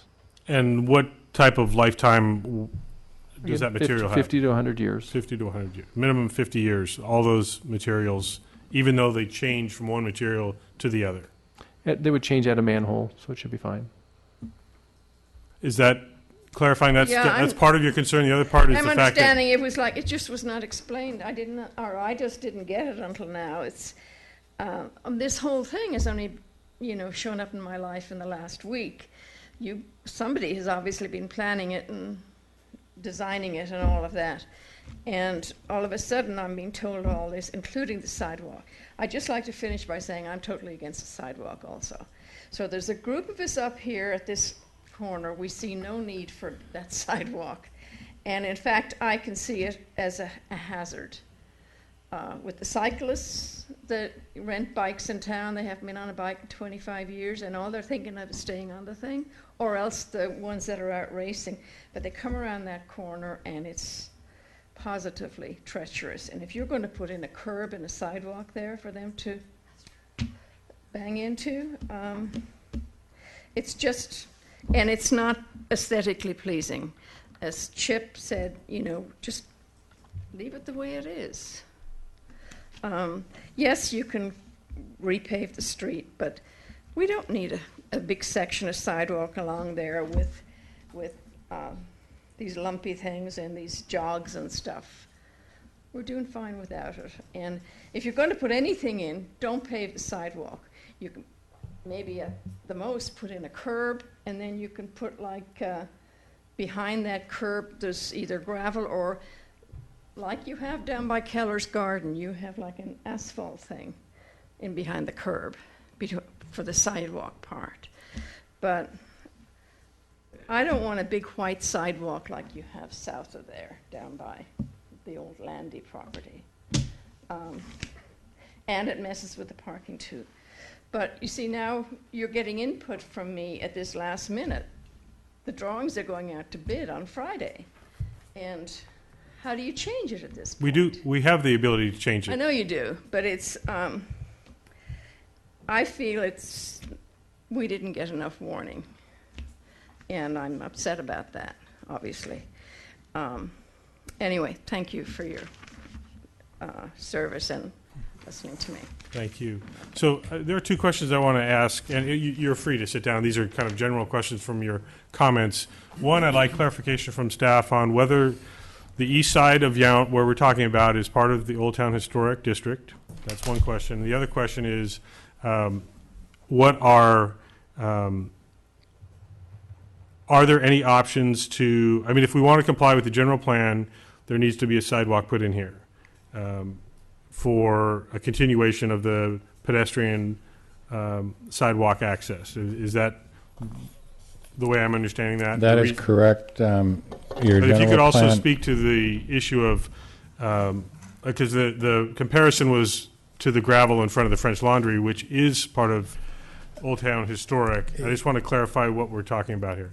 Well, the first thing I'd have to say is there isn't the pathway on the west side of Washington is not gravel. It's asphalt. It is a solid surface. So it's not I think gravel. we're talking about the east side. So my first question, are the homes that are on the east side of Yount Street part of Old Town? I brought in the zoning map, which is on the back. So the orange in the middle of between Yount and Washington is Old Town. So the green and the brownish color east of Washington are a different zoning. So I want to make that clear because I think folks may misunderstand the fact that the homes that have been there for a period of time are not necessarily in the Old Town historic correct part of town.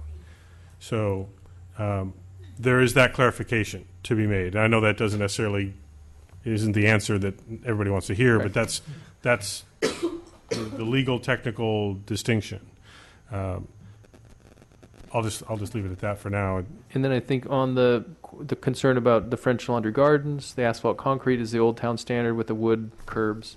So that is asphalt concrete is this hard surface for meets ADA requirements, but if you put in gravel or sometimes decomposed granite, if it's not compacted enough, does not meet ADA. I think that was what your question was at about sidewalks. Yeah, the idea was posed about finding an alternative to a typical sidewalk.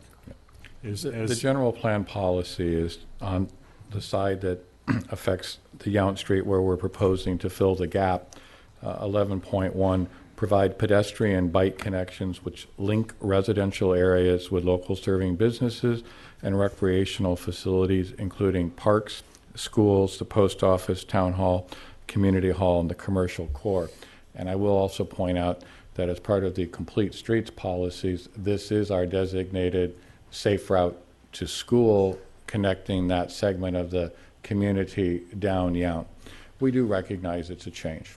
So then I want to bring up the question as it compares to the north part of Washington, just south of Madison. So basically in front of the Stewart property, Ponchas, Chichio, and that stretch. So we have sidewalk at the intersection of Madison and Washington. And further down, there is no sidewalk. There is no walking path. And maybe you could explain why that is and what is going to be changing there to give some comparison. I'm not sure I understand the question you're answering, but I'm going to take a stab. I'm trying to make clear where we are requiring and why we are requiring sidewalks. The sidewalks are not required on the residential area of Washington East, which is in the Old Town Historic.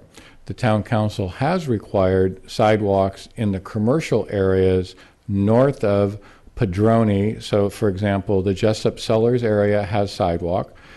Parking improvements, streetlights, and sidewalks are required as a condition of the Stewart Cellars project that's anticipated. And we've brought a sidewalk and a curb cut at the intersection of Madison and Washington on the east side as you come towards Chichio's. And that's consistent with the commercial core development. And that's the area there on Washington Street, and Noyo would have sidewalks on both sections. Otherwise, going in, it'll only be on the west side of Washington, getting down to Vandeleur Park, and then there is a circulation through Vandeleur Park, and then at that point, sidewalks are on both sides. So again, looking back at the orange in the Old Town, and I do think that's a correct way, the Old Town planning designation is the properties between Yount, and you are correct, the properties on the east side of Yount are not in the Old Town historic designation, and that side of street has been scheduled, although it's taken a while to get the sidewalk completion. Okay. With that, I believe we've heard from all the members of the public that wanted to speak, so I'll invite either the council to ask staff additional questions or bring it back to council for discussion. Are there questions that have come up? Councilmember Dornbecker, you have questions of staff? Yes, please. I just wanted to confirm with Graham that the tree is going to be saved. Is that correct? Correct. The sidewalks will be moving west of the tree. That's not a consideration. And as far as the sidewalks, will the sidewalks go around the corner there? It's going to be onto Yountville Crossroad? It's going to be on a curve. Yes, so it would be you know how if you go from Yount north and curve onto Yountville Crossroad, the stripes for the bike lane is curved. The sidewalk would follow that curvature. And how far down Yountville Crossroad will the? Graham, yes, I was going to say, I don't believe that's a correct representation. The sidewalk does not continue on that side down Yountville Crossroad, which is what I think you were asking. It That's my stops at about the corner of the house, so it goes to the crosswalk and doesn't- stops. Right. She was asking if it went down Yountville Crossroad, Further, and the yeah. sidewalk's Oh, not not going further down down, no. Yountville Crossroad. I see, Stops at the intersection of the crosswalk. I see.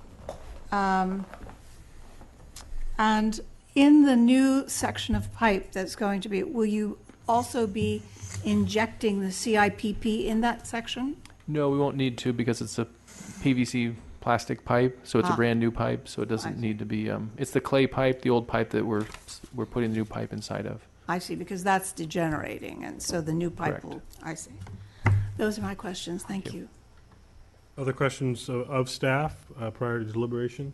I did want to just try to clarify also, either Graham or Steve, the modifications to the plan with some of the feedback received from public comment prior to tonight. So you are now proposing the preservation of the elm, the sidewalk going around the elm. Correct. So that issue has kind of been addressed. The plan is the tree is going to be retained. Correct. And you've moved the sidewalk to the south intersection in order to do that. It's been moved to the west of I'm talking elm about the tree. Madison Yount crosswalk. Oh, correct. Yeah, the crosswalk. You move that to the south of the intersection in South order side of the to intersection, get the correct. the crosswalk away from where the elm tree is, so you Correct. could maneuver the sidewalk and save the elm tree. Yes. Okay. Then some of the other adjustments that were made, the bid alternate that does take the paving all the way up to the cemetery so that it basically covers all of the street where there are residential properties. Correct. There'd be the crossroads on the east side and the residential homes on the west side of Yount up to the cemetery. So while I understand that not everything is completely 100% accepted by some of the neighbors, the last remaining concern appears to be the sidewalk or no sidewalk at all is kind of the issue in that section. So is that a fair assessment of where we stand? Okay. Right. So We did meet with the neighbors, the apartments, and there's 2 apartment complexes, residential homes, and they, actually, when we were out there, some of the kids were walking home from school along the shoulder of the road, and so they are in support of the sidewalk up to Madison. So, I'm sorry. There's sidewalk that would go up to, I'm just trying to think of a what if. Mm-hmm. What if the sidewalk extended up to the south part of the intersection and allowed the crosswalk access and did not continue the rest of the stretch? Now, I realize that's non-compliant with the general plan. That would leave a segment of no sidewalk, but I'm just wondering is that even an option? Because then we have a problem with the sidewalk with the crossroad. Up here. You then you're encouraging pedestrian walking to a non-conforming shoulder. Correct. And we probably can't do that. Well, it's a risk. It's, with our ADA transition plan, this area would be, what's there now, and it's hard to put a wheelchair across the gravel there. So it's likely people will be in the street with the wheelchairs. Right. Okay. So other deliberation, Councilmember Dornbecker, your thoughts? Well, my thoughts are about that same situation. I have recently met several young families in town with children and babies in carriages, and one of the complaints I have heard is that it's hard to push a baby in a carriage on the gravel. And that's one of the reasons why we went around the corner and improved the area that approaches Yountville Community Park, so that now it's easier for the young families to. And I really want to encourage young families to move into our town, and so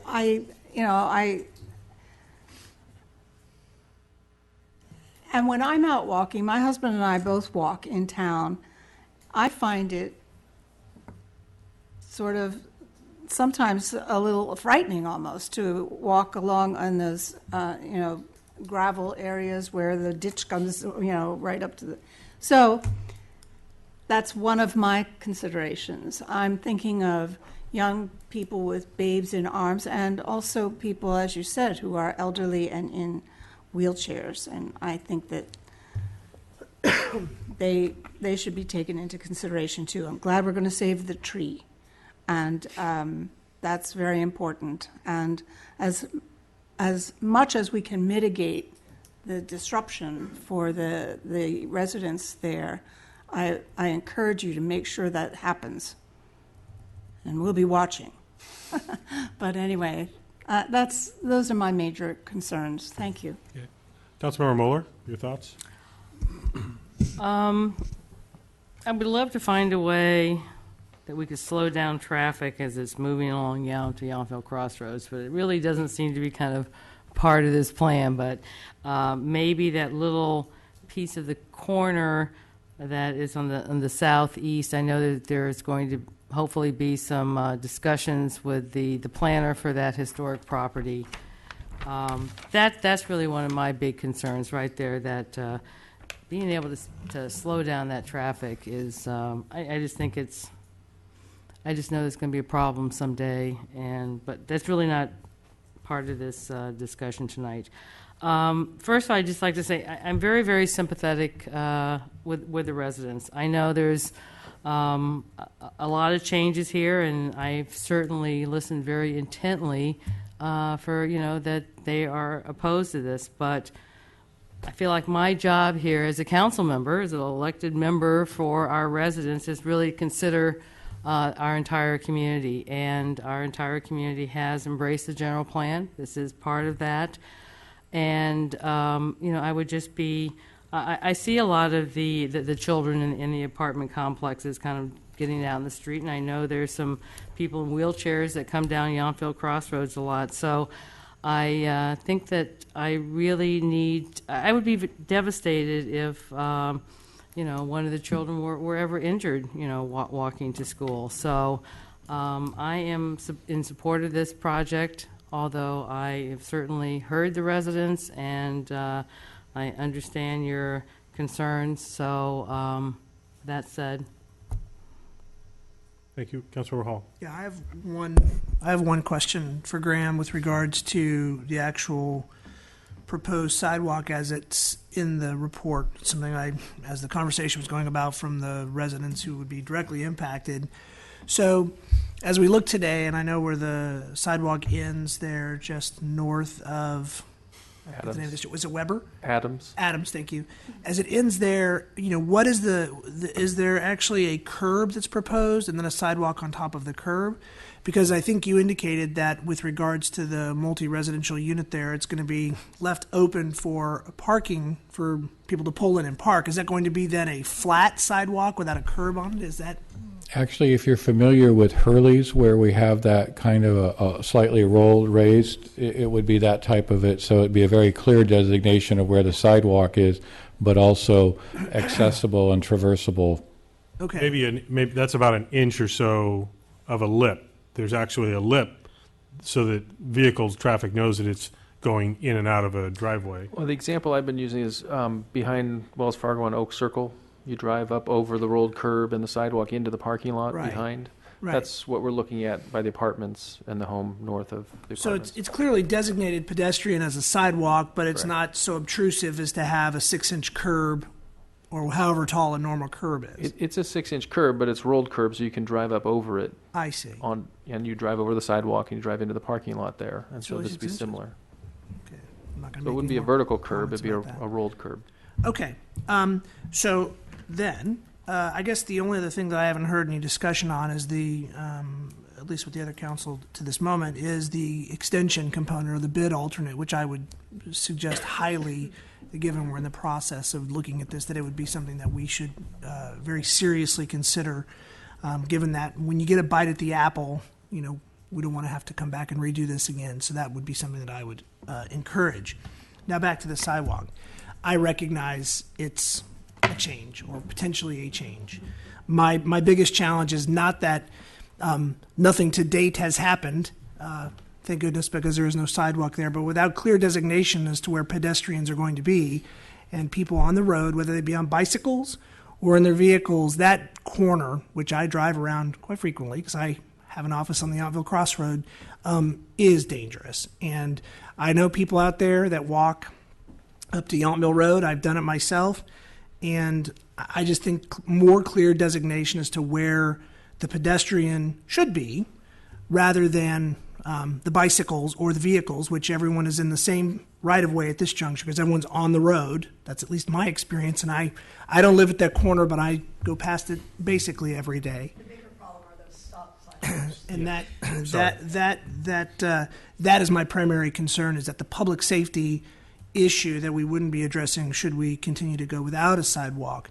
The impact of that, I recognize it from the resident standpoint. If there's not a way to do a different color or a darker color so it's not so obtrusive or part of an issue with view, I don't know if that's a possibility.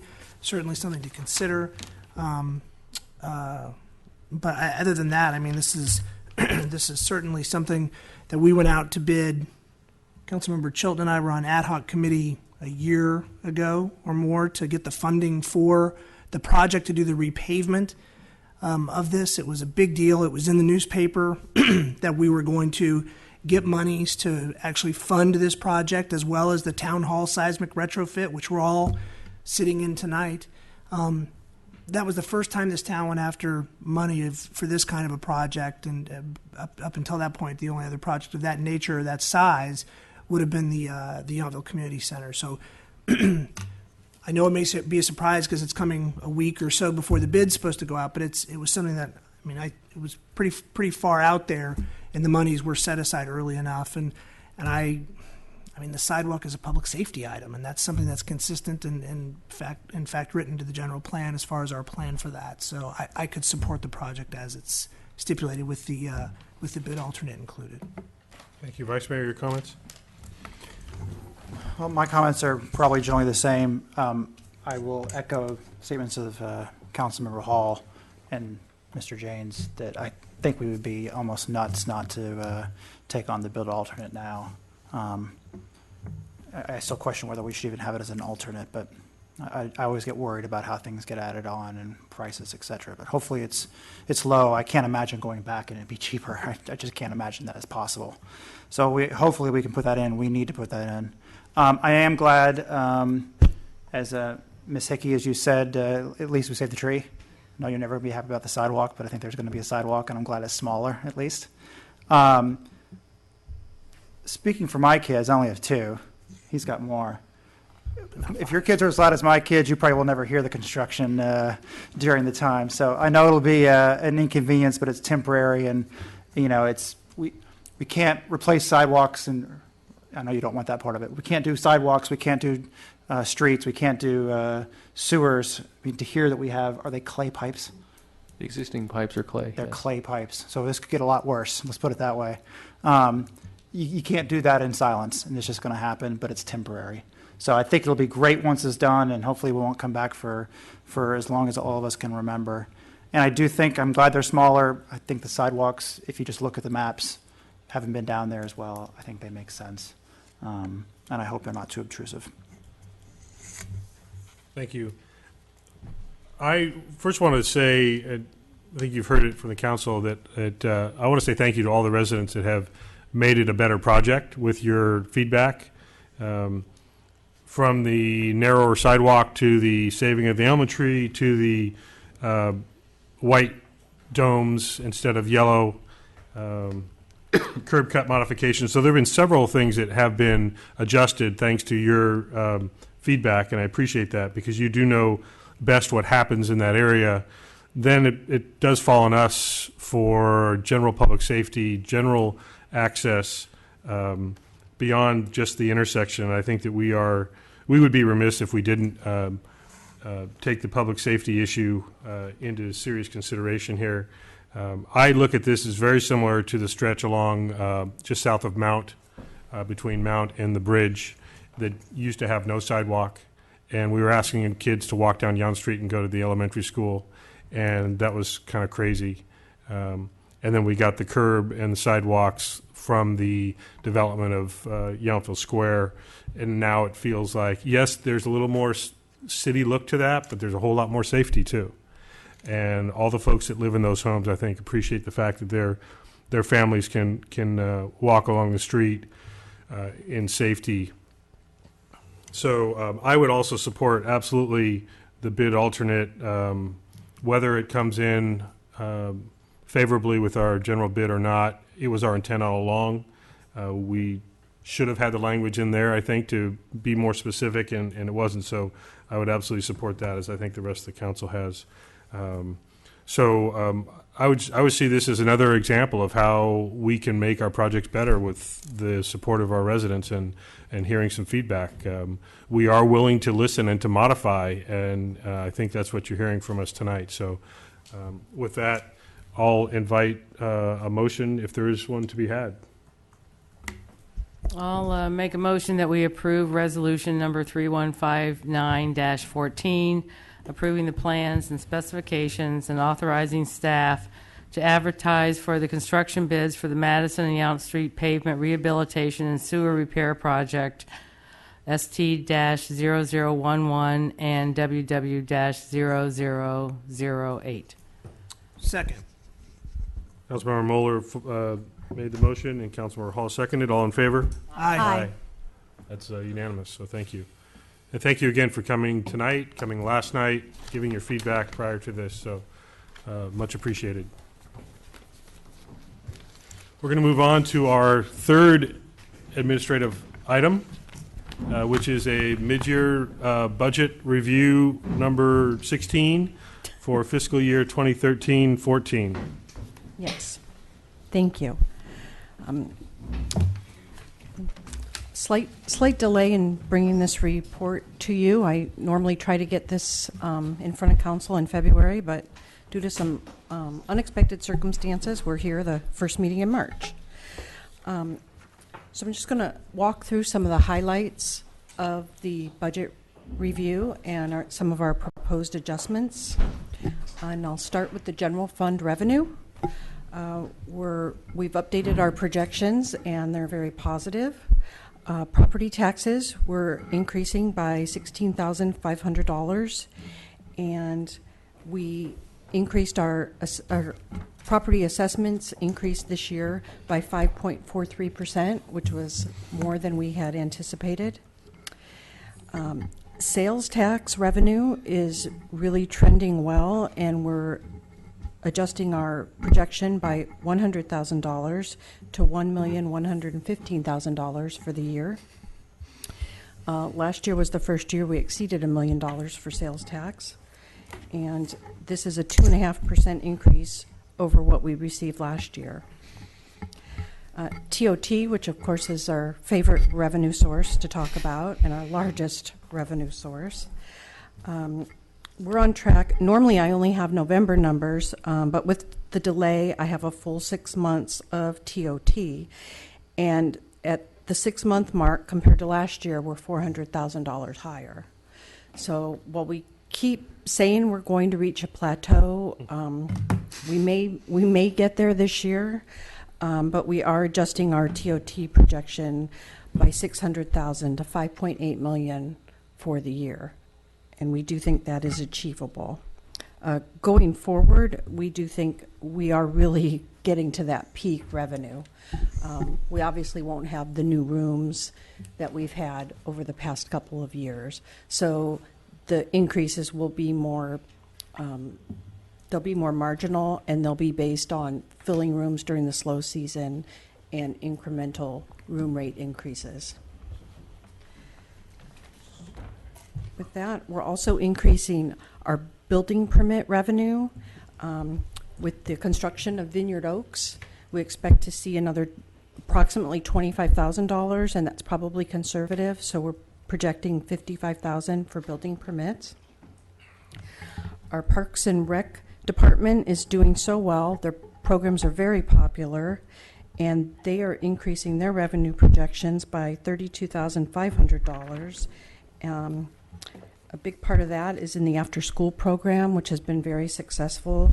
That's increasing up to $125,000 from what was originally budgeted. And also class fees for their very popular classes are increasing by $10,000 to $48,000.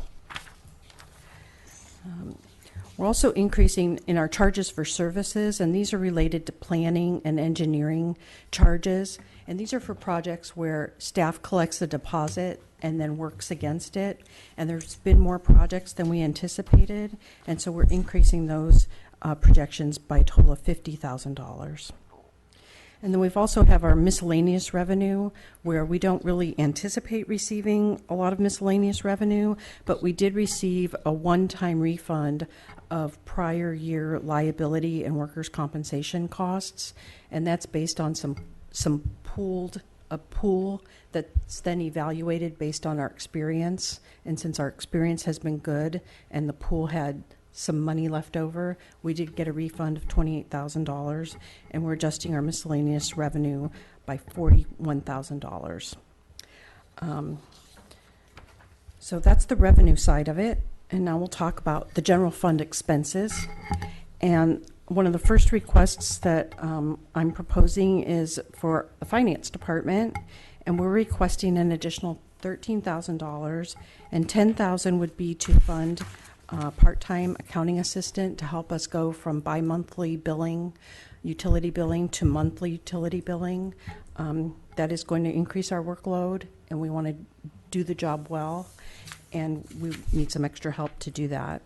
And I'd also like another $3,000 in contract services, and that's to work with a company called Municast, and they help develop templates for the long-term financial forecast that we want to build in conjunction with our strategic plan objectives. The town attorney budget, and this has to do with the litigation costs. Staff's recommending that we appropriate the $400,000 legal contingency that was set aside by council back in December, and that's to cover costs that have already actually occurred with regard to litigation. And then staff is also recommending that we set aside $500,000 back into the legal contingency for future expenses.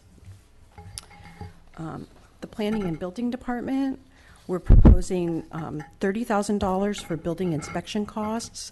And again, that's being driven by the Vineyard Oaks project primarily. As we see more revenue come in with that project, there's also costs associated with it. Public Works street maintenance is asking for an additional $5,000, and part of that was some unforeseen costs related to storm damage repair and overall increased efforts to improve street maintenance. Public Works park maintenance, requesting $35,000, and a big part of this is for the cost of water for our parks. We under budgeted, and we need an additional $25,000, and part of that has been it's been a very dry year, and we've used more water than we normally would. But we're also looking for ways to conserve water in the future. So we're asking for an additional $5,000 for supplies, and the park staff is going to look at replacing the existing sprinklers with a more efficient method for watering the parks and open spaces.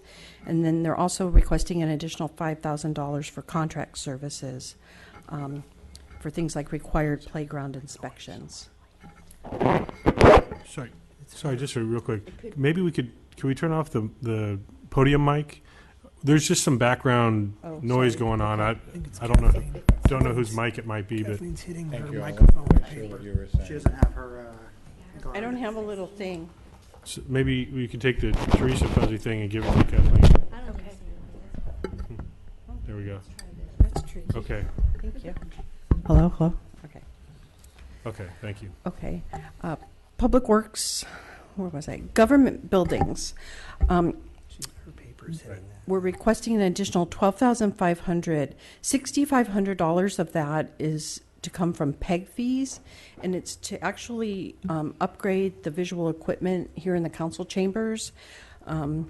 Since the move back in, the projector was not working, so I believe we have currently a borrowed projector from Napa Valley TV. They've been nice enough to loan us one until we can figure out what we're going to do. So we do have $15,000 of PEG fees in the bank, so to speak, reserved specifically for these types of expenditures. So we're asking for $6,500 be appropriated for equipment replacement. And also in government buildings, $4,000 for facility maintenance expenses and an additional $2,000 that was actually already spent for purchase of the waste disposal cabinet at the Corp Yard, and that's being reimbursed from the county recycling grant program. And Kathleen, I think we determined that it's your paper hitting the base of your microphone that's doing I'm that. sorry. For Parks and Recreation, we're asking for $8,800, and that has to do with the success of their programs and their increased revenue. So for some additional contract services. So that's the summary of the general fund expenditures. I'll move into Capital Projects Fund.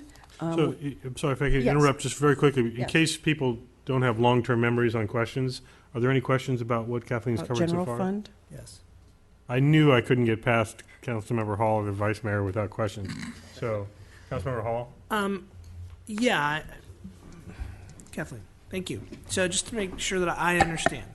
So in our budget, we set aside a $400,000 litigation contingency reserve, which you're asking us tonight to agree to relieve. Yes. And then you're asking us, in addition to that, to set aside another $500,000 in contingency. Yes.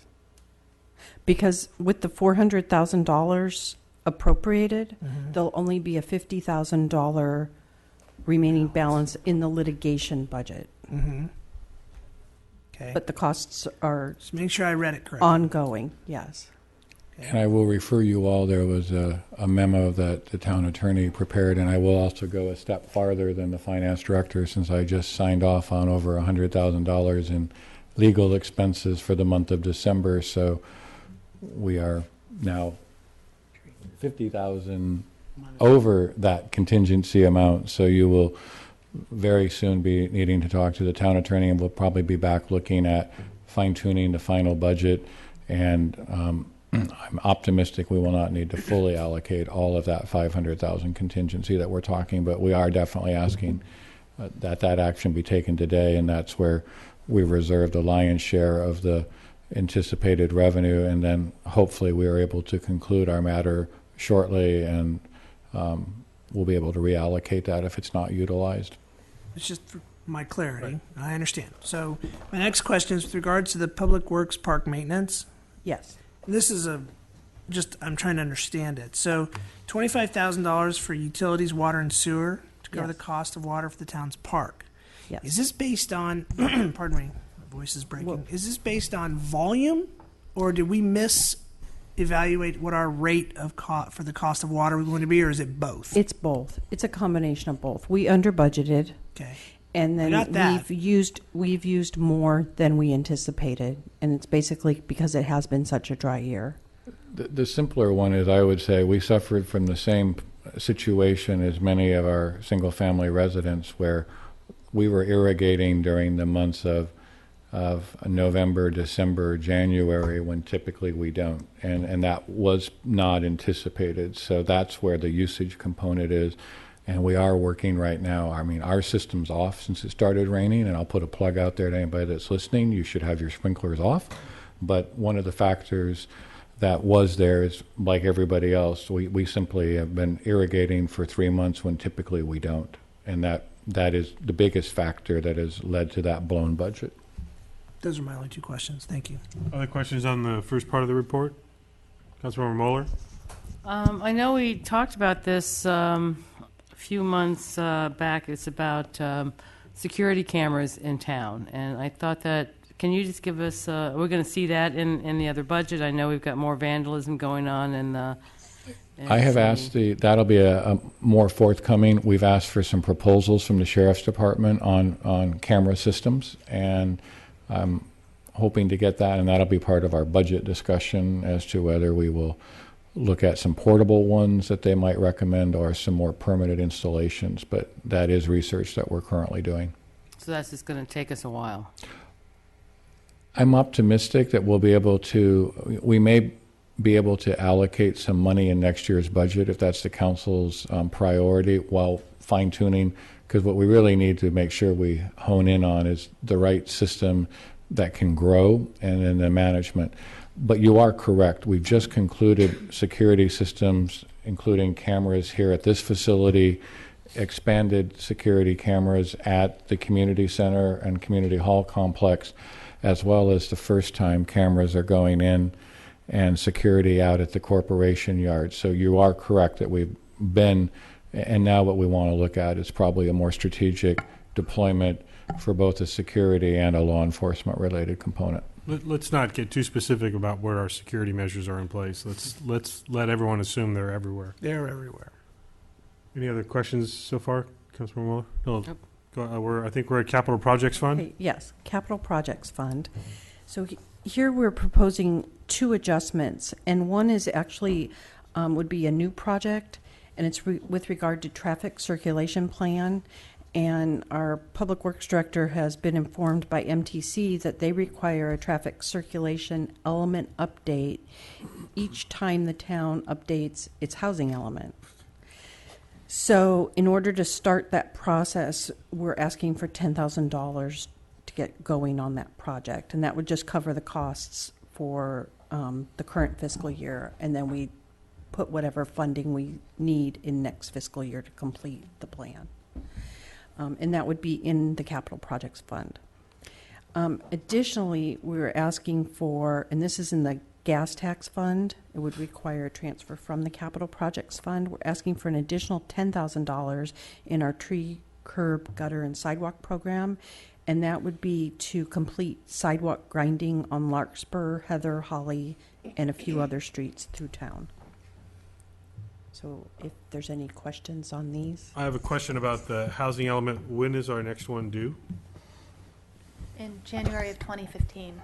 So we need to start building some money now to get it this year and next year and to make we, sure we stay in compliance. Yes, we and have we our did. sorry. Go ahead. We have our housing element budgeted, and that work is going. It's adding on this new. Right. This, or else we may circulation be out element. of compliance if we don't have Correct. this study. Yes, yes. Got it. Thank you. Vice Mayor, did you have a question? You say $10,000 to start the process. What does the whole process cost? We received a proposal. We're going to be meeting with the consultant soon. We're thinking it's around 50, but we'll look at the proposal and see what we can do for 50, yes. 50, not 15. So we would, if it is 50, then we'd be adding 40 to the next capital projects budget with the next fiscal year. So this is the one that's going to tell us what we do about our stop signs that everybody ignores. Is this the one? Part of it, but Okay. yeah, it's in 2005 there was the traffic and circulation study. This would be update, but also MTC is requiring us to do complete streets, so that's an element that we need to include in our circulation plan, our circulation element. Okay. And well, the town council passed a resolution last year saying that when the town updates a general plan, we would update our circulation element. Well, that wasn't good enough for MTC. They wanted it sooner, so they said they tied it to the housing element. So now we've wanted to come back, and this is new information, so we're asking for funding to get started. What if we don't? They won't give us. Then we wouldn't get grant funding for projects we requested funding. Okay. And it's potentially broader than that. It could affect all state funding. And for example, as you know, we've been successful recently with the state revolving fund and some stuff. And it's probably a risk that an agency our size shouldn't take in terms of eligibility for funding sources. And 10,000, you think, is because we're this far along in the year that you don't want to try to do a 50-50 kind of thing? Correct. Not knowing what the total number will be, but Conservative city manager that doesn't want to allocate all of it, but get enough you to have get to it find started. potentially 40,000 next year. All right. Fair enough. Water Enterprise Fund. Okay, water enterprise funds. We've had 3 years with our rate increases, and so we've updated our revenue projections, and then also acknowledging that this has been a very dry year, so we will be conservative with our projections next year, but we'd like to update based on what we do expect to receive for 2013-14. We are asking for some additional funds, $10,000 for our Cash for Grass turf replacement rebate program, and that's kind of a new program we want to offer to our residents to help conserve water usage. And we would get $5,000 potentially back in state grant funding passed through from the city of Napa. So this is just a guesstimate of what, how many people might take advantage of this program. We really don't know. We've never offered it. So we want to put it in the budget so we have a way to pay for it as we roll it out to folks. We might need to consider changing the name of that program, given the current climate. Yes. We are just kind of piggybacking off City of Napa and using a lot of their literature. They're helping us to implement Maybe lawn, the program. sod, something like that would be a There little is bit the other effort of safer. legalization, and we're not referring to that in this program. Yes. I don't like that. My mom participated in the Cash for Grass. Turf replacement. Turf replacement program. That, I was paid for it. let's go with that. Let's Okay. lose the one in italics, or quotation. All right. So moving along, the other item that I've been working, talking with the town manager about, and that I just want to get some feedback from the council on, is the water capital fund has a loan outstanding. It took out from the capital projects fund, I believe in 2006, 2007, to build the well, and that's a 20-year loan at 4%. We've recently, with some of the new development in town, collected water impact fees. We currently have accumulated about $40,000. And we're thinking a good use of those fees would be to repay at least part of this loan early and help relieve the water enterprise of some debt. And this would be a legitimate use of these impact fees. So if council thinks that's a good idea, I could bring it back at a later date. I could wait and see how many more impact fees we collect closer to the end of the year, and then we could maybe kind of refinance the interfund loan and pay down some principal. Councilmember Hall? Would you say that you would consider paying down $40,000? Well, we currently have $40,000, but we expect we'll be collecting some more from Vineyard Oaks as they pay the rest of their fees. So I'll wait a little longer and see what we get in the bank for water impact fees, and then we could pay down some principal and really kind of start to get this loan off the books sooner than later. And obviously the intent of doing that, by getting it off the books sooner and also reducing the outstanding principal balance, would be to give a benefit back to the ratepayers in the long term. Yes. Okay, thank you. Yes. I have Councilmember Moeller? another question since we're on water. You requested earlier, I think it was about $10,000 for personnel specifically to go from a 2-month cycle to a 1-month cycle. Yes. And I know we don't usually have personnel time in here, but since it's specific to an enterprise fund, can we add that cost to the enterprise fund? Actually, what will happen, that's an excellent question, and when we completely restructure the budget that you will see coming up, it will be reflected into that. Okay, thanks. Because right now, we do have cost allocated for utility billing, but this will be an added component, but it will be restructured. We do an internal service fund allocation for all of our cost. Okay, thanks. Moving on. Okay, moving on. Wastewater enterprise. Again, we have adjusted our revenue projections, and they're coming in a bit higher than we had originally budgeted. Again, some of that for the commercial customers is a factor of water usage, so we will be conservative next year, but we want to kind of true these up for this year and use that as a basis for going forward. And we were just off on our utility projections for the year because, again, we found with the wastewater treatment, we under budgeted for our gas and electric costs. And it might have been the finance director being overly optimistic about what the methane capture project would save us, but that really saves us on gas costs with PG&E, not necessarily electric costs, which are ongoing and increasing. So we are asking to appropriate another $20,000 to cover those costs for the year. Just a little segue. If you may recall, there's been some projects that the Public Works Directors brief you. We have 3 potential solar projects that are designed to help reduce our PG&E electric demand. 2 of them are affiliated with a wastewater treatment plant. One would be the potential solar array at the pump station, and the other would be a significant solar installation at the corporation yard to power the wastewater treatment plant. And then a third option that we're looking at would be an expansion of the community center. We're currently working in a joint purchasing partnership with a number of other cities, looking at municipal lease purchase, direct purchase, and or a aggregate purchase power agreement. So I just wanted to share that there's some efforts that staff is working on to further reduce potential costs long term by focusing on energy savings. To be clear, you're talking about expansion of the photovoltaic system at the community center, not the community center expansion.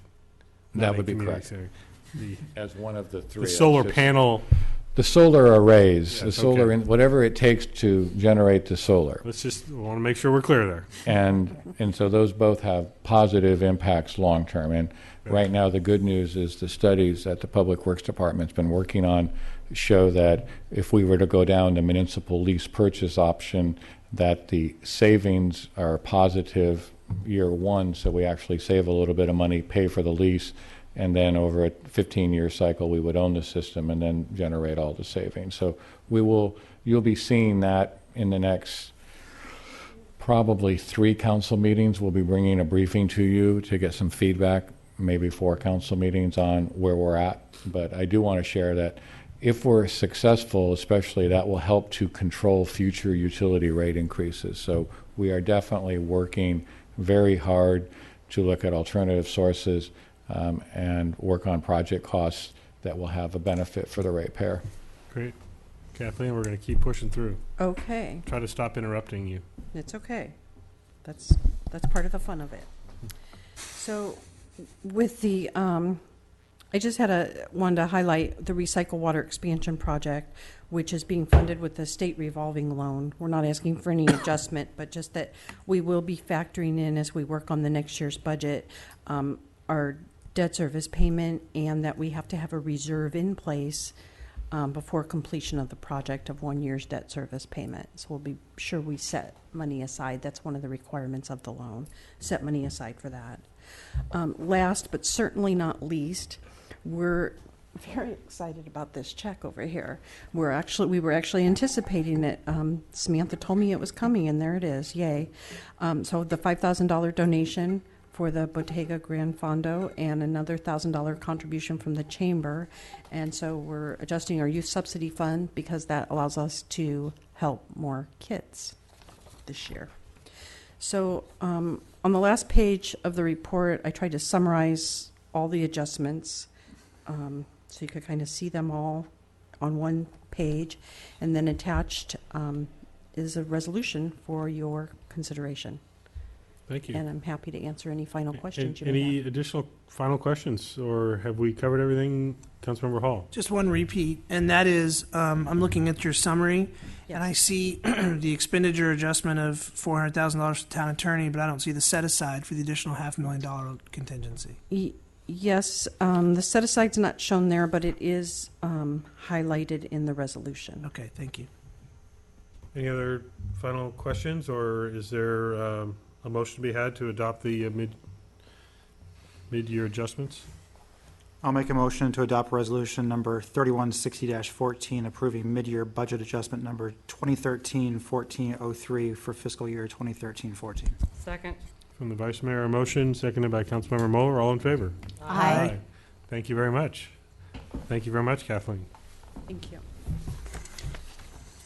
And we are going to move on. Do we have any staff informational reports, other than maybe an official welcome to I know Teresa was introduced at our last, but this is her first time in chair in the first seat. So welcome, Teresa Chen from Alvarez, Glassman, and Colvin. We've tried to keep the legal issues to a minimum. So far, so good. But any other staff reports? There is one informational update that I want to share, and I believe the Public Works Director is giving me a signal, so I'll acknowledge that. One, I want all of our utility customers to pay attention to their utility bills. An insert was included in your current bill that talks about the town's declaration of a stage 1 water emergency. We are strongly encouraging voluntary conservation efforts, and the backside of that steers you to some helpful hints. We've expanded the town's website so that when you come onto the website, you can click onto water conservation, and it's a rolling kind of a page with a lot of informational links. So if you want to look at how to mulch, there's information on how to mulch. If you want to look at helpful things you can do around the house, there's that kind of tip. And we're basically borrowing and accessing a lot of really good resources that already exist and trying to make it easy for our residents. So you'll find that. Also, if you go on our website, you'll see a bright big thing right on the box that says important notice, and it will click you to all the detailed information about what a stage 1 drought water emergency means. And I do want to encourage everybody, this is important, and I know we're having a couple weeks of rain, but it's really important that the efforts we take now could pay off in the future. We do have 2 neighboring jurisdictions that are, one's in a stage 2 in St. Helena, and American Canyon is really struggling to make sure that they have water supply. Public Works Director and I met briefly with all of the water purveyors in some discussions, and this is serious, and we're in uncharted territory really right now with where the state water project allocations, and while that's not necessarily as important to the town, but the regional impacts. So the drought is significant, and the level of rain we're getting right now is not going to bring us out of it. So I do want people, and we'll be looking forward to helping and providing hints for folks on how to do that. And more importantly, you will see a number of town initiatives to do our part to reduce water usage and set the example. Like tearing out our entire front landscaping here at Town Hall. Yeah, Yes. Councilmember Dornbecker? I do have a about question, that? and it is in regard to those people who voluntarily do commit and make a difference and reduce their water consumption. When and if we have to go to a level 2 and we have to ask for further commitments, are those people actually, I've heard from some people that they feel that they might be more,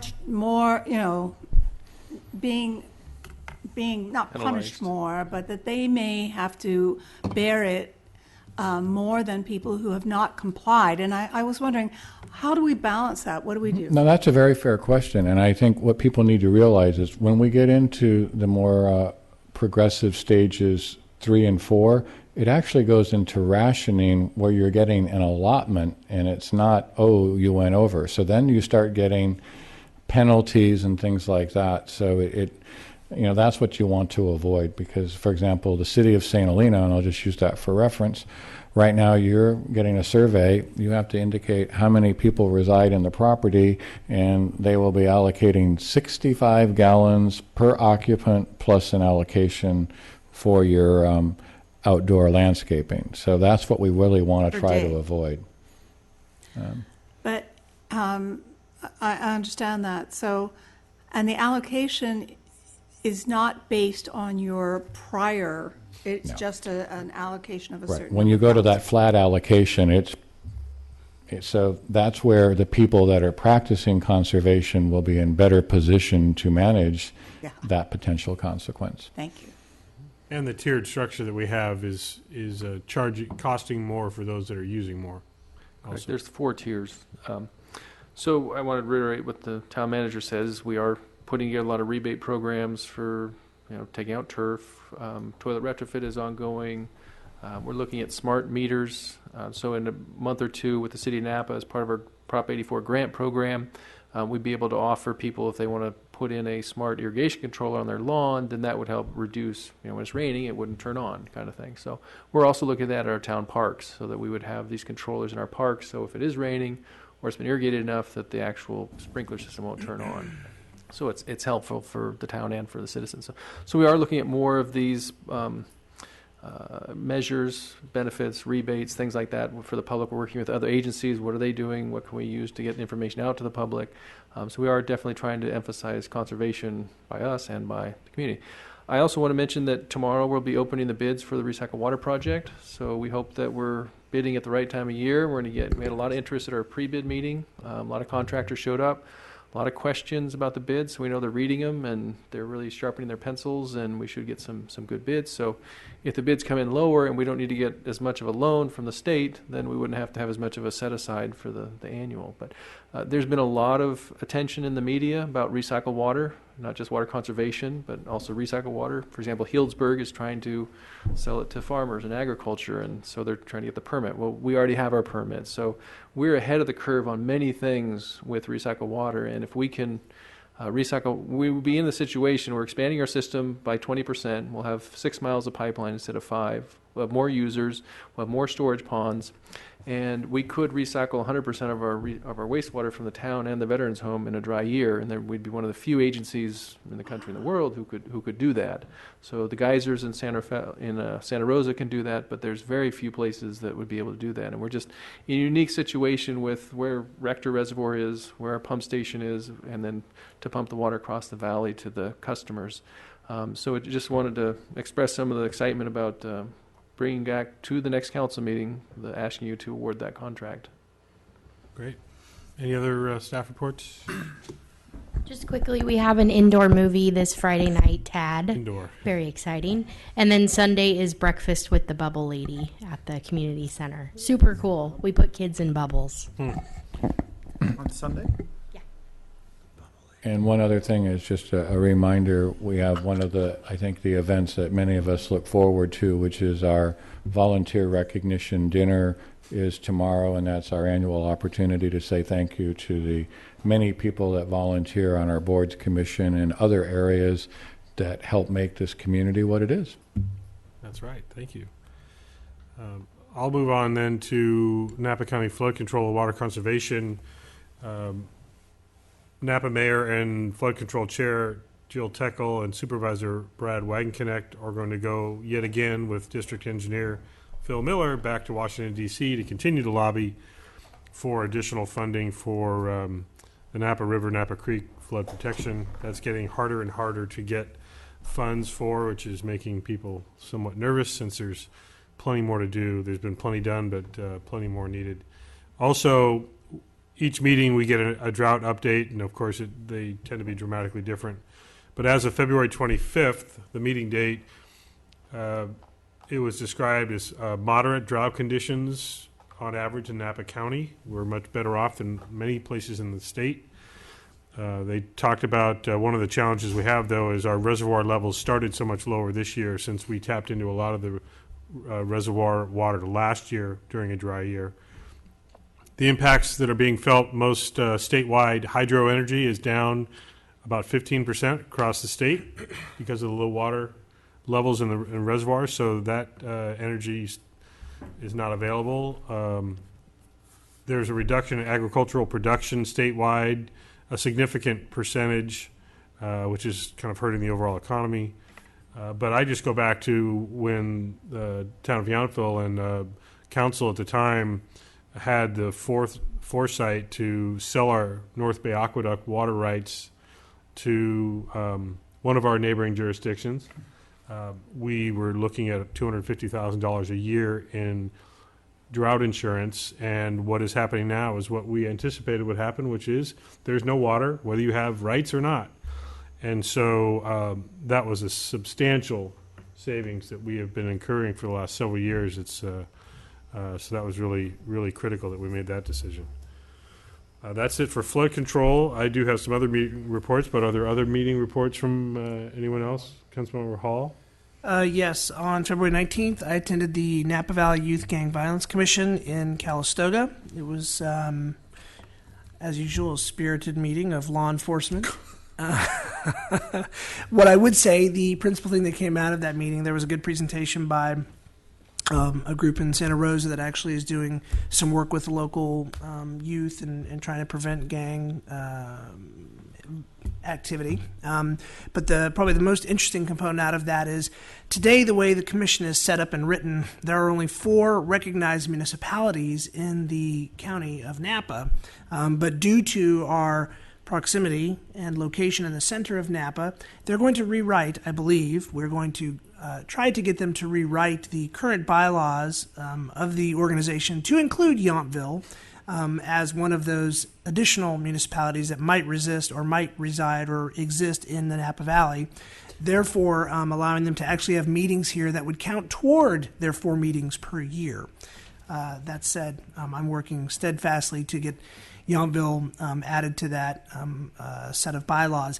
It was very excitedly accepted by everyone on the commission because Yountville happens to be, as we all know, in the middle of the valley and one where a lot of people either commute through or like to stop and stay. So that's my update on Napa Youth Gang Violence Commission. Thank you. Councilmember Moeller, did you have a meeting report? Are you going to talk about NCTPA? Go ahead. NCTPA met a week ago Wednesday, and I think the most significant thing that we talked about was there's a concept plan for revising Highway 29 through American Canyon. The costs are preliminary. They're in the $350 million range, so it does not include easements for land purchases, sidewalks, or all that stuff that we know is going to drive the cost up quite a bit. So there was a unanimous approval to move the concept plan from NCTPA to Caltrans. One question I brought up at that board meeting, because it's such a big project, it's such a gigantic number. They were at 350 is the minimum in 2014 dollars.